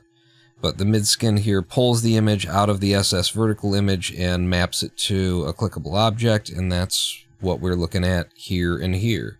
But these are generated in basically 1 line of code. That's not true. They're generated in 3 lines of code because we make a cap skin up here, and we make a trough skin up here, and then you pass those 2 into a scroll skin, and boom, you've got a scroll bar set. And it flips them and rotates them and does everything for you. Because ultimately you have, 2 bar skins that each contain 3 skins, so there's 6 skins being managed, but all you had to pass in was 2 skins. Hello, is this thing on? Anybody still out there? What's he talking about? I don't know, man. Somebody says he wants to wear a skin. Something about gets the hose again. I don't know. What have we got? So this is done. The skin stuff is done enough that I've started to develop on the main code. And this is what I've been trying to work out in my head. In order to enable scrollable panes and scroll bars and everything, you have to have the handle. This is the handle right there. That's the handle. You grab the handle, you drag it around, scroll handle. So the scroll handle is going to be a child of the scroll trough. This is the scroll trough that it's in right there.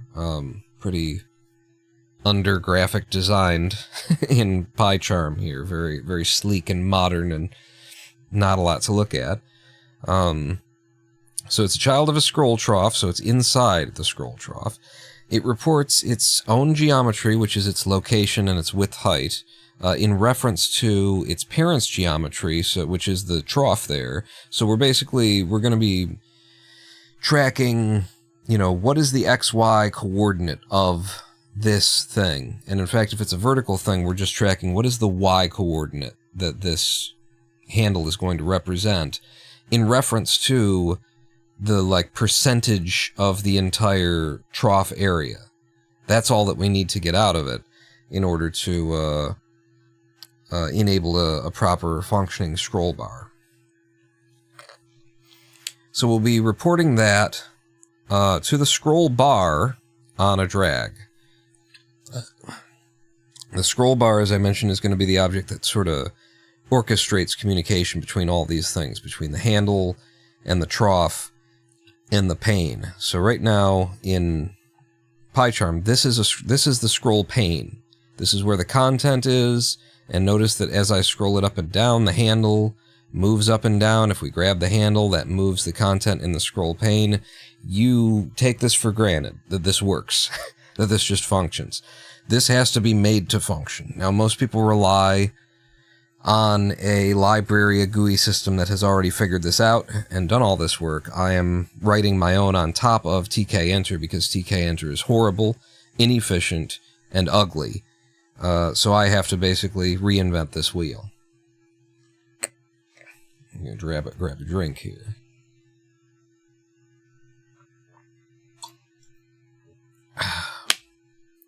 Qualities of the scroll handle. Its position can be modified by the scroll bar. So watch what happens if I click here.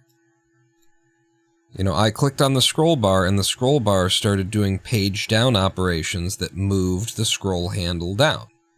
Again, very common. You know this behavior, you take it for granted, but it has to be made to work. Its size can also be altered by the scroll bar. So here's how we're going to do that. Watch the scroll handle right now. Okay, PyCharm actually doesn't bother, apparently. What about when I do this? Nope, PyCharm just maintains... Oh, look at that. It's a little bug in PyCharm. It doesn't update at the correct time. It's supposed to, yeah. It didn't catch its own update state, so that's cheap. I was thinking about doing it that way too, because it's like, who would ever notice that? But, so in a more advanced system, and I could open up Chrome again, I guess, on Google Chromium.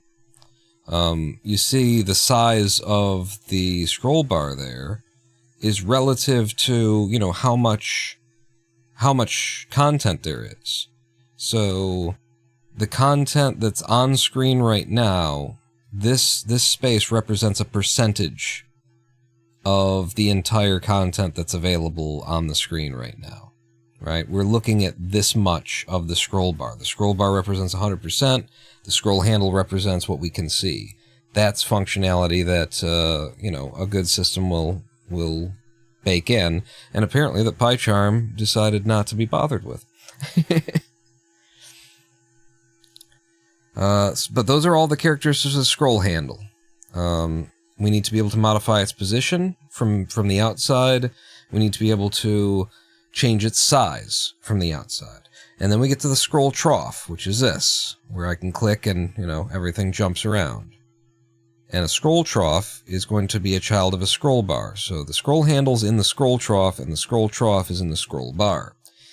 The scroll trough is going to either be a holdable, which is one of these. When I click on this and hold, you're going to see it go pop, pop, pop, pop, pop, pop. See at the bottom there? It did pop, pop, pop. If I do this, I'll get you another one. Dit, dit, dit, dit, dit, dit, dit, dit. That's what a holdable does in my system. So it's either going to be a holdable if we're doing like page up, page down operations, or it's going to be a trackable, which is a new, I'll have to write this, a new concept for me in my widgets. But the trackable, the idea is going to be that it will, as long as the mouse is down, as long as you're clicking on it, left clicking, it will track, it will do an action, basically. It will fire an action so long as the mouse is down and moving. So every time that it drags, every time that it moves to a location that it wasn't before, it will fire an action. And that's going to enable the idea of not just having a by-page scroll-down, scroll-up system, but having a instant destination system for your scroll bar. Some applications prefer, instead of doing what this does, instead of doing that, some applications prefer that when I click here, this just jumps immediately to where I'm clicking. No page up, page down nonsense. So I want to support that. And the important part is once you've started clicking on that, and you jump to that location, if you keep holding down the mouse and move the mouse up or down, we need to track your mouse's vertical position and keep moving the scroll bar, the scroll handle, and adjusting the content along with it, as though you were dragging, as though you had started by clicking on the handle, even though you started here. So the idea would be, when you click here, the handle jumps underneath it, we move to exactly that place in the content, and then so long as you're holding it down, it's as though you started out by dragging the handle. So I'm going to need a whole nother widget style for that, which I'm thinking of calling a trackable. The other quality of a scroll trough is that it reports the cursor position in reference to its own geometry to the scroll bar on any action. So that's going to be true whether we're doing the page up, page down, or the destination option. And then we get to the scroll bar, which is the container and orchestrator of all this stuff. It orchestrates scroll pane, scroll trough, and scroll handle relations. If the scroll pane contents change, then the scroll handle resizes and repositions to match the scroll pane location. So if there are more lines in here, as that happens, our scroll handle in our system would get smaller because we'd have more content and the scroll handle would represent a lesser percentage of what is visible, is the idea behind that. If the scroll trough is clicked, scroll handle repositions based on the selected options, which is what we were talking about, whether it's a holdable or a trackable. If the scroll handle repositions, the scroll pane contents must reposition. This is all the stuff that the scroll bar is managing. So if we drag the scroll handle, if it gets moved by, there's also the idea, an old school idea, where you have, actual up and down arrows, which actually in Twitch chat you probably see that there's up and down arrows. If you click on those, then it scrolls one line at a time. We want to support that as well. So the rules for a scroll bar include that if the scroll handle ever moves, then the scroll pane has to match it, and vice versa, basically. The scroll bar also maintains a list of all of these scroll actors because, of course, there will be not just one scroll trough and scroll handle, but there could be two. There could be a horizontal and a vertical, And also, this system will support not just bars. You will be able to do scroll sort of three-dimensional areas. They're not three-dimensional, but they are two-dimensional, as opposed to linear. You'll have a handle in the middle of an area, and if you drag it up left, then you'll be able to move the content up left, that kind of a thing.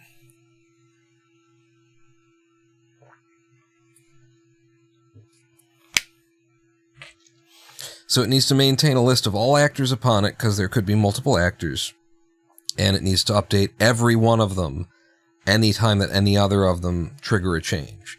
And then the last characteristic of a scroll bar will be that it spawns those scroll buttons I was talking about that you can optionally have at the bottom, the per line scroll buttons, based on whether you've selected it in the options. And that will always, the buttons will always be based on whether or not you declared a vertical or a horizontal bar. I thought about trying to support like 4-way buttons, and this is called a scroll bar, so maybe there will be a mid-class that creates the more generic stuff, and then we refine it into a scroll bar. I don't know. But that's the structure of my, that's the planned structure, the idea structure of how this is going to work. Handle to a trough to a scroll bar, and then there's, of course, the scroll pane, where the content is. And if we went back to an older version of my software, if I were to like load up a, old branch or an old version, you'd see that it was actually working long ago. But I have updated so much of the code and improved it so much that I've taken out the scroll stuff because it's all broken and I want to rewrite it from scratch. That's what I've been working on. And this is the scroll code over here. If I go down to the bottom, here's the scroll frame, right? Which would be this, in terms of like PyCharm's scroll frame is this. So here's our scroll frame. Scroll frame has a scroll canvas. This is just a logical class that just, it makes sense for it to be there. Don't ask questions. And then if you see how big some of these classes are just to enable scroll functions, this is the scrollable, but it's not, this is the old code. I still have to rewrite it. Scroll trough is just inherited from a couple other classes. But I am definitely, I have to kill the live stream completely now. Because even just sitting here reading the code and talking and describing it to you is harming me at this point. I thank you for joining me. Anybody who stuck around for the Python review portion of this live stream, you're a real trooper, or you just got nothing better going on in your life, and I'm not gonna... Thank you for staying with me. If I've never mentioned it before, I am the Ronin Pawn.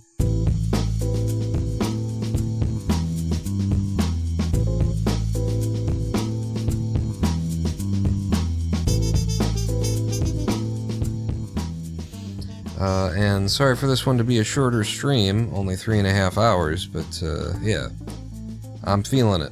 Had a couple of days of high activity. I'm getting some symptoms during the live stream, feeling short of breath. Having trouble talking. Feeling like I need to close my eyes, like there's I've got my eyes closed right now, like I'm hypersensitive. A little bit visual. These are all the symptoms. These are all the signals that mean that I need to, chillax and take it easy for a little while. So I hope to see you back here this Sunday at around the 2 p.m. U.S. Eastern Times for more Clustertuck. We will get back into Ancient and get us a more respectable time. We've only got to save like 12, 13 seconds. It's just we only have to save. You know what that means, actually? The 12, 13 seconds come from doing the through the grading tricks. There's 2 levels where you can do it. I don't do it at all. You can save a second to a second and a half by doing it on each level. That's 3 seconds right there. Oh god, Am I finally going to learn those tricks? Meet me back here on Sunday at 2 p.m. US Eastern to find out. I am the Ronin Pawn Pawn. Out of breath.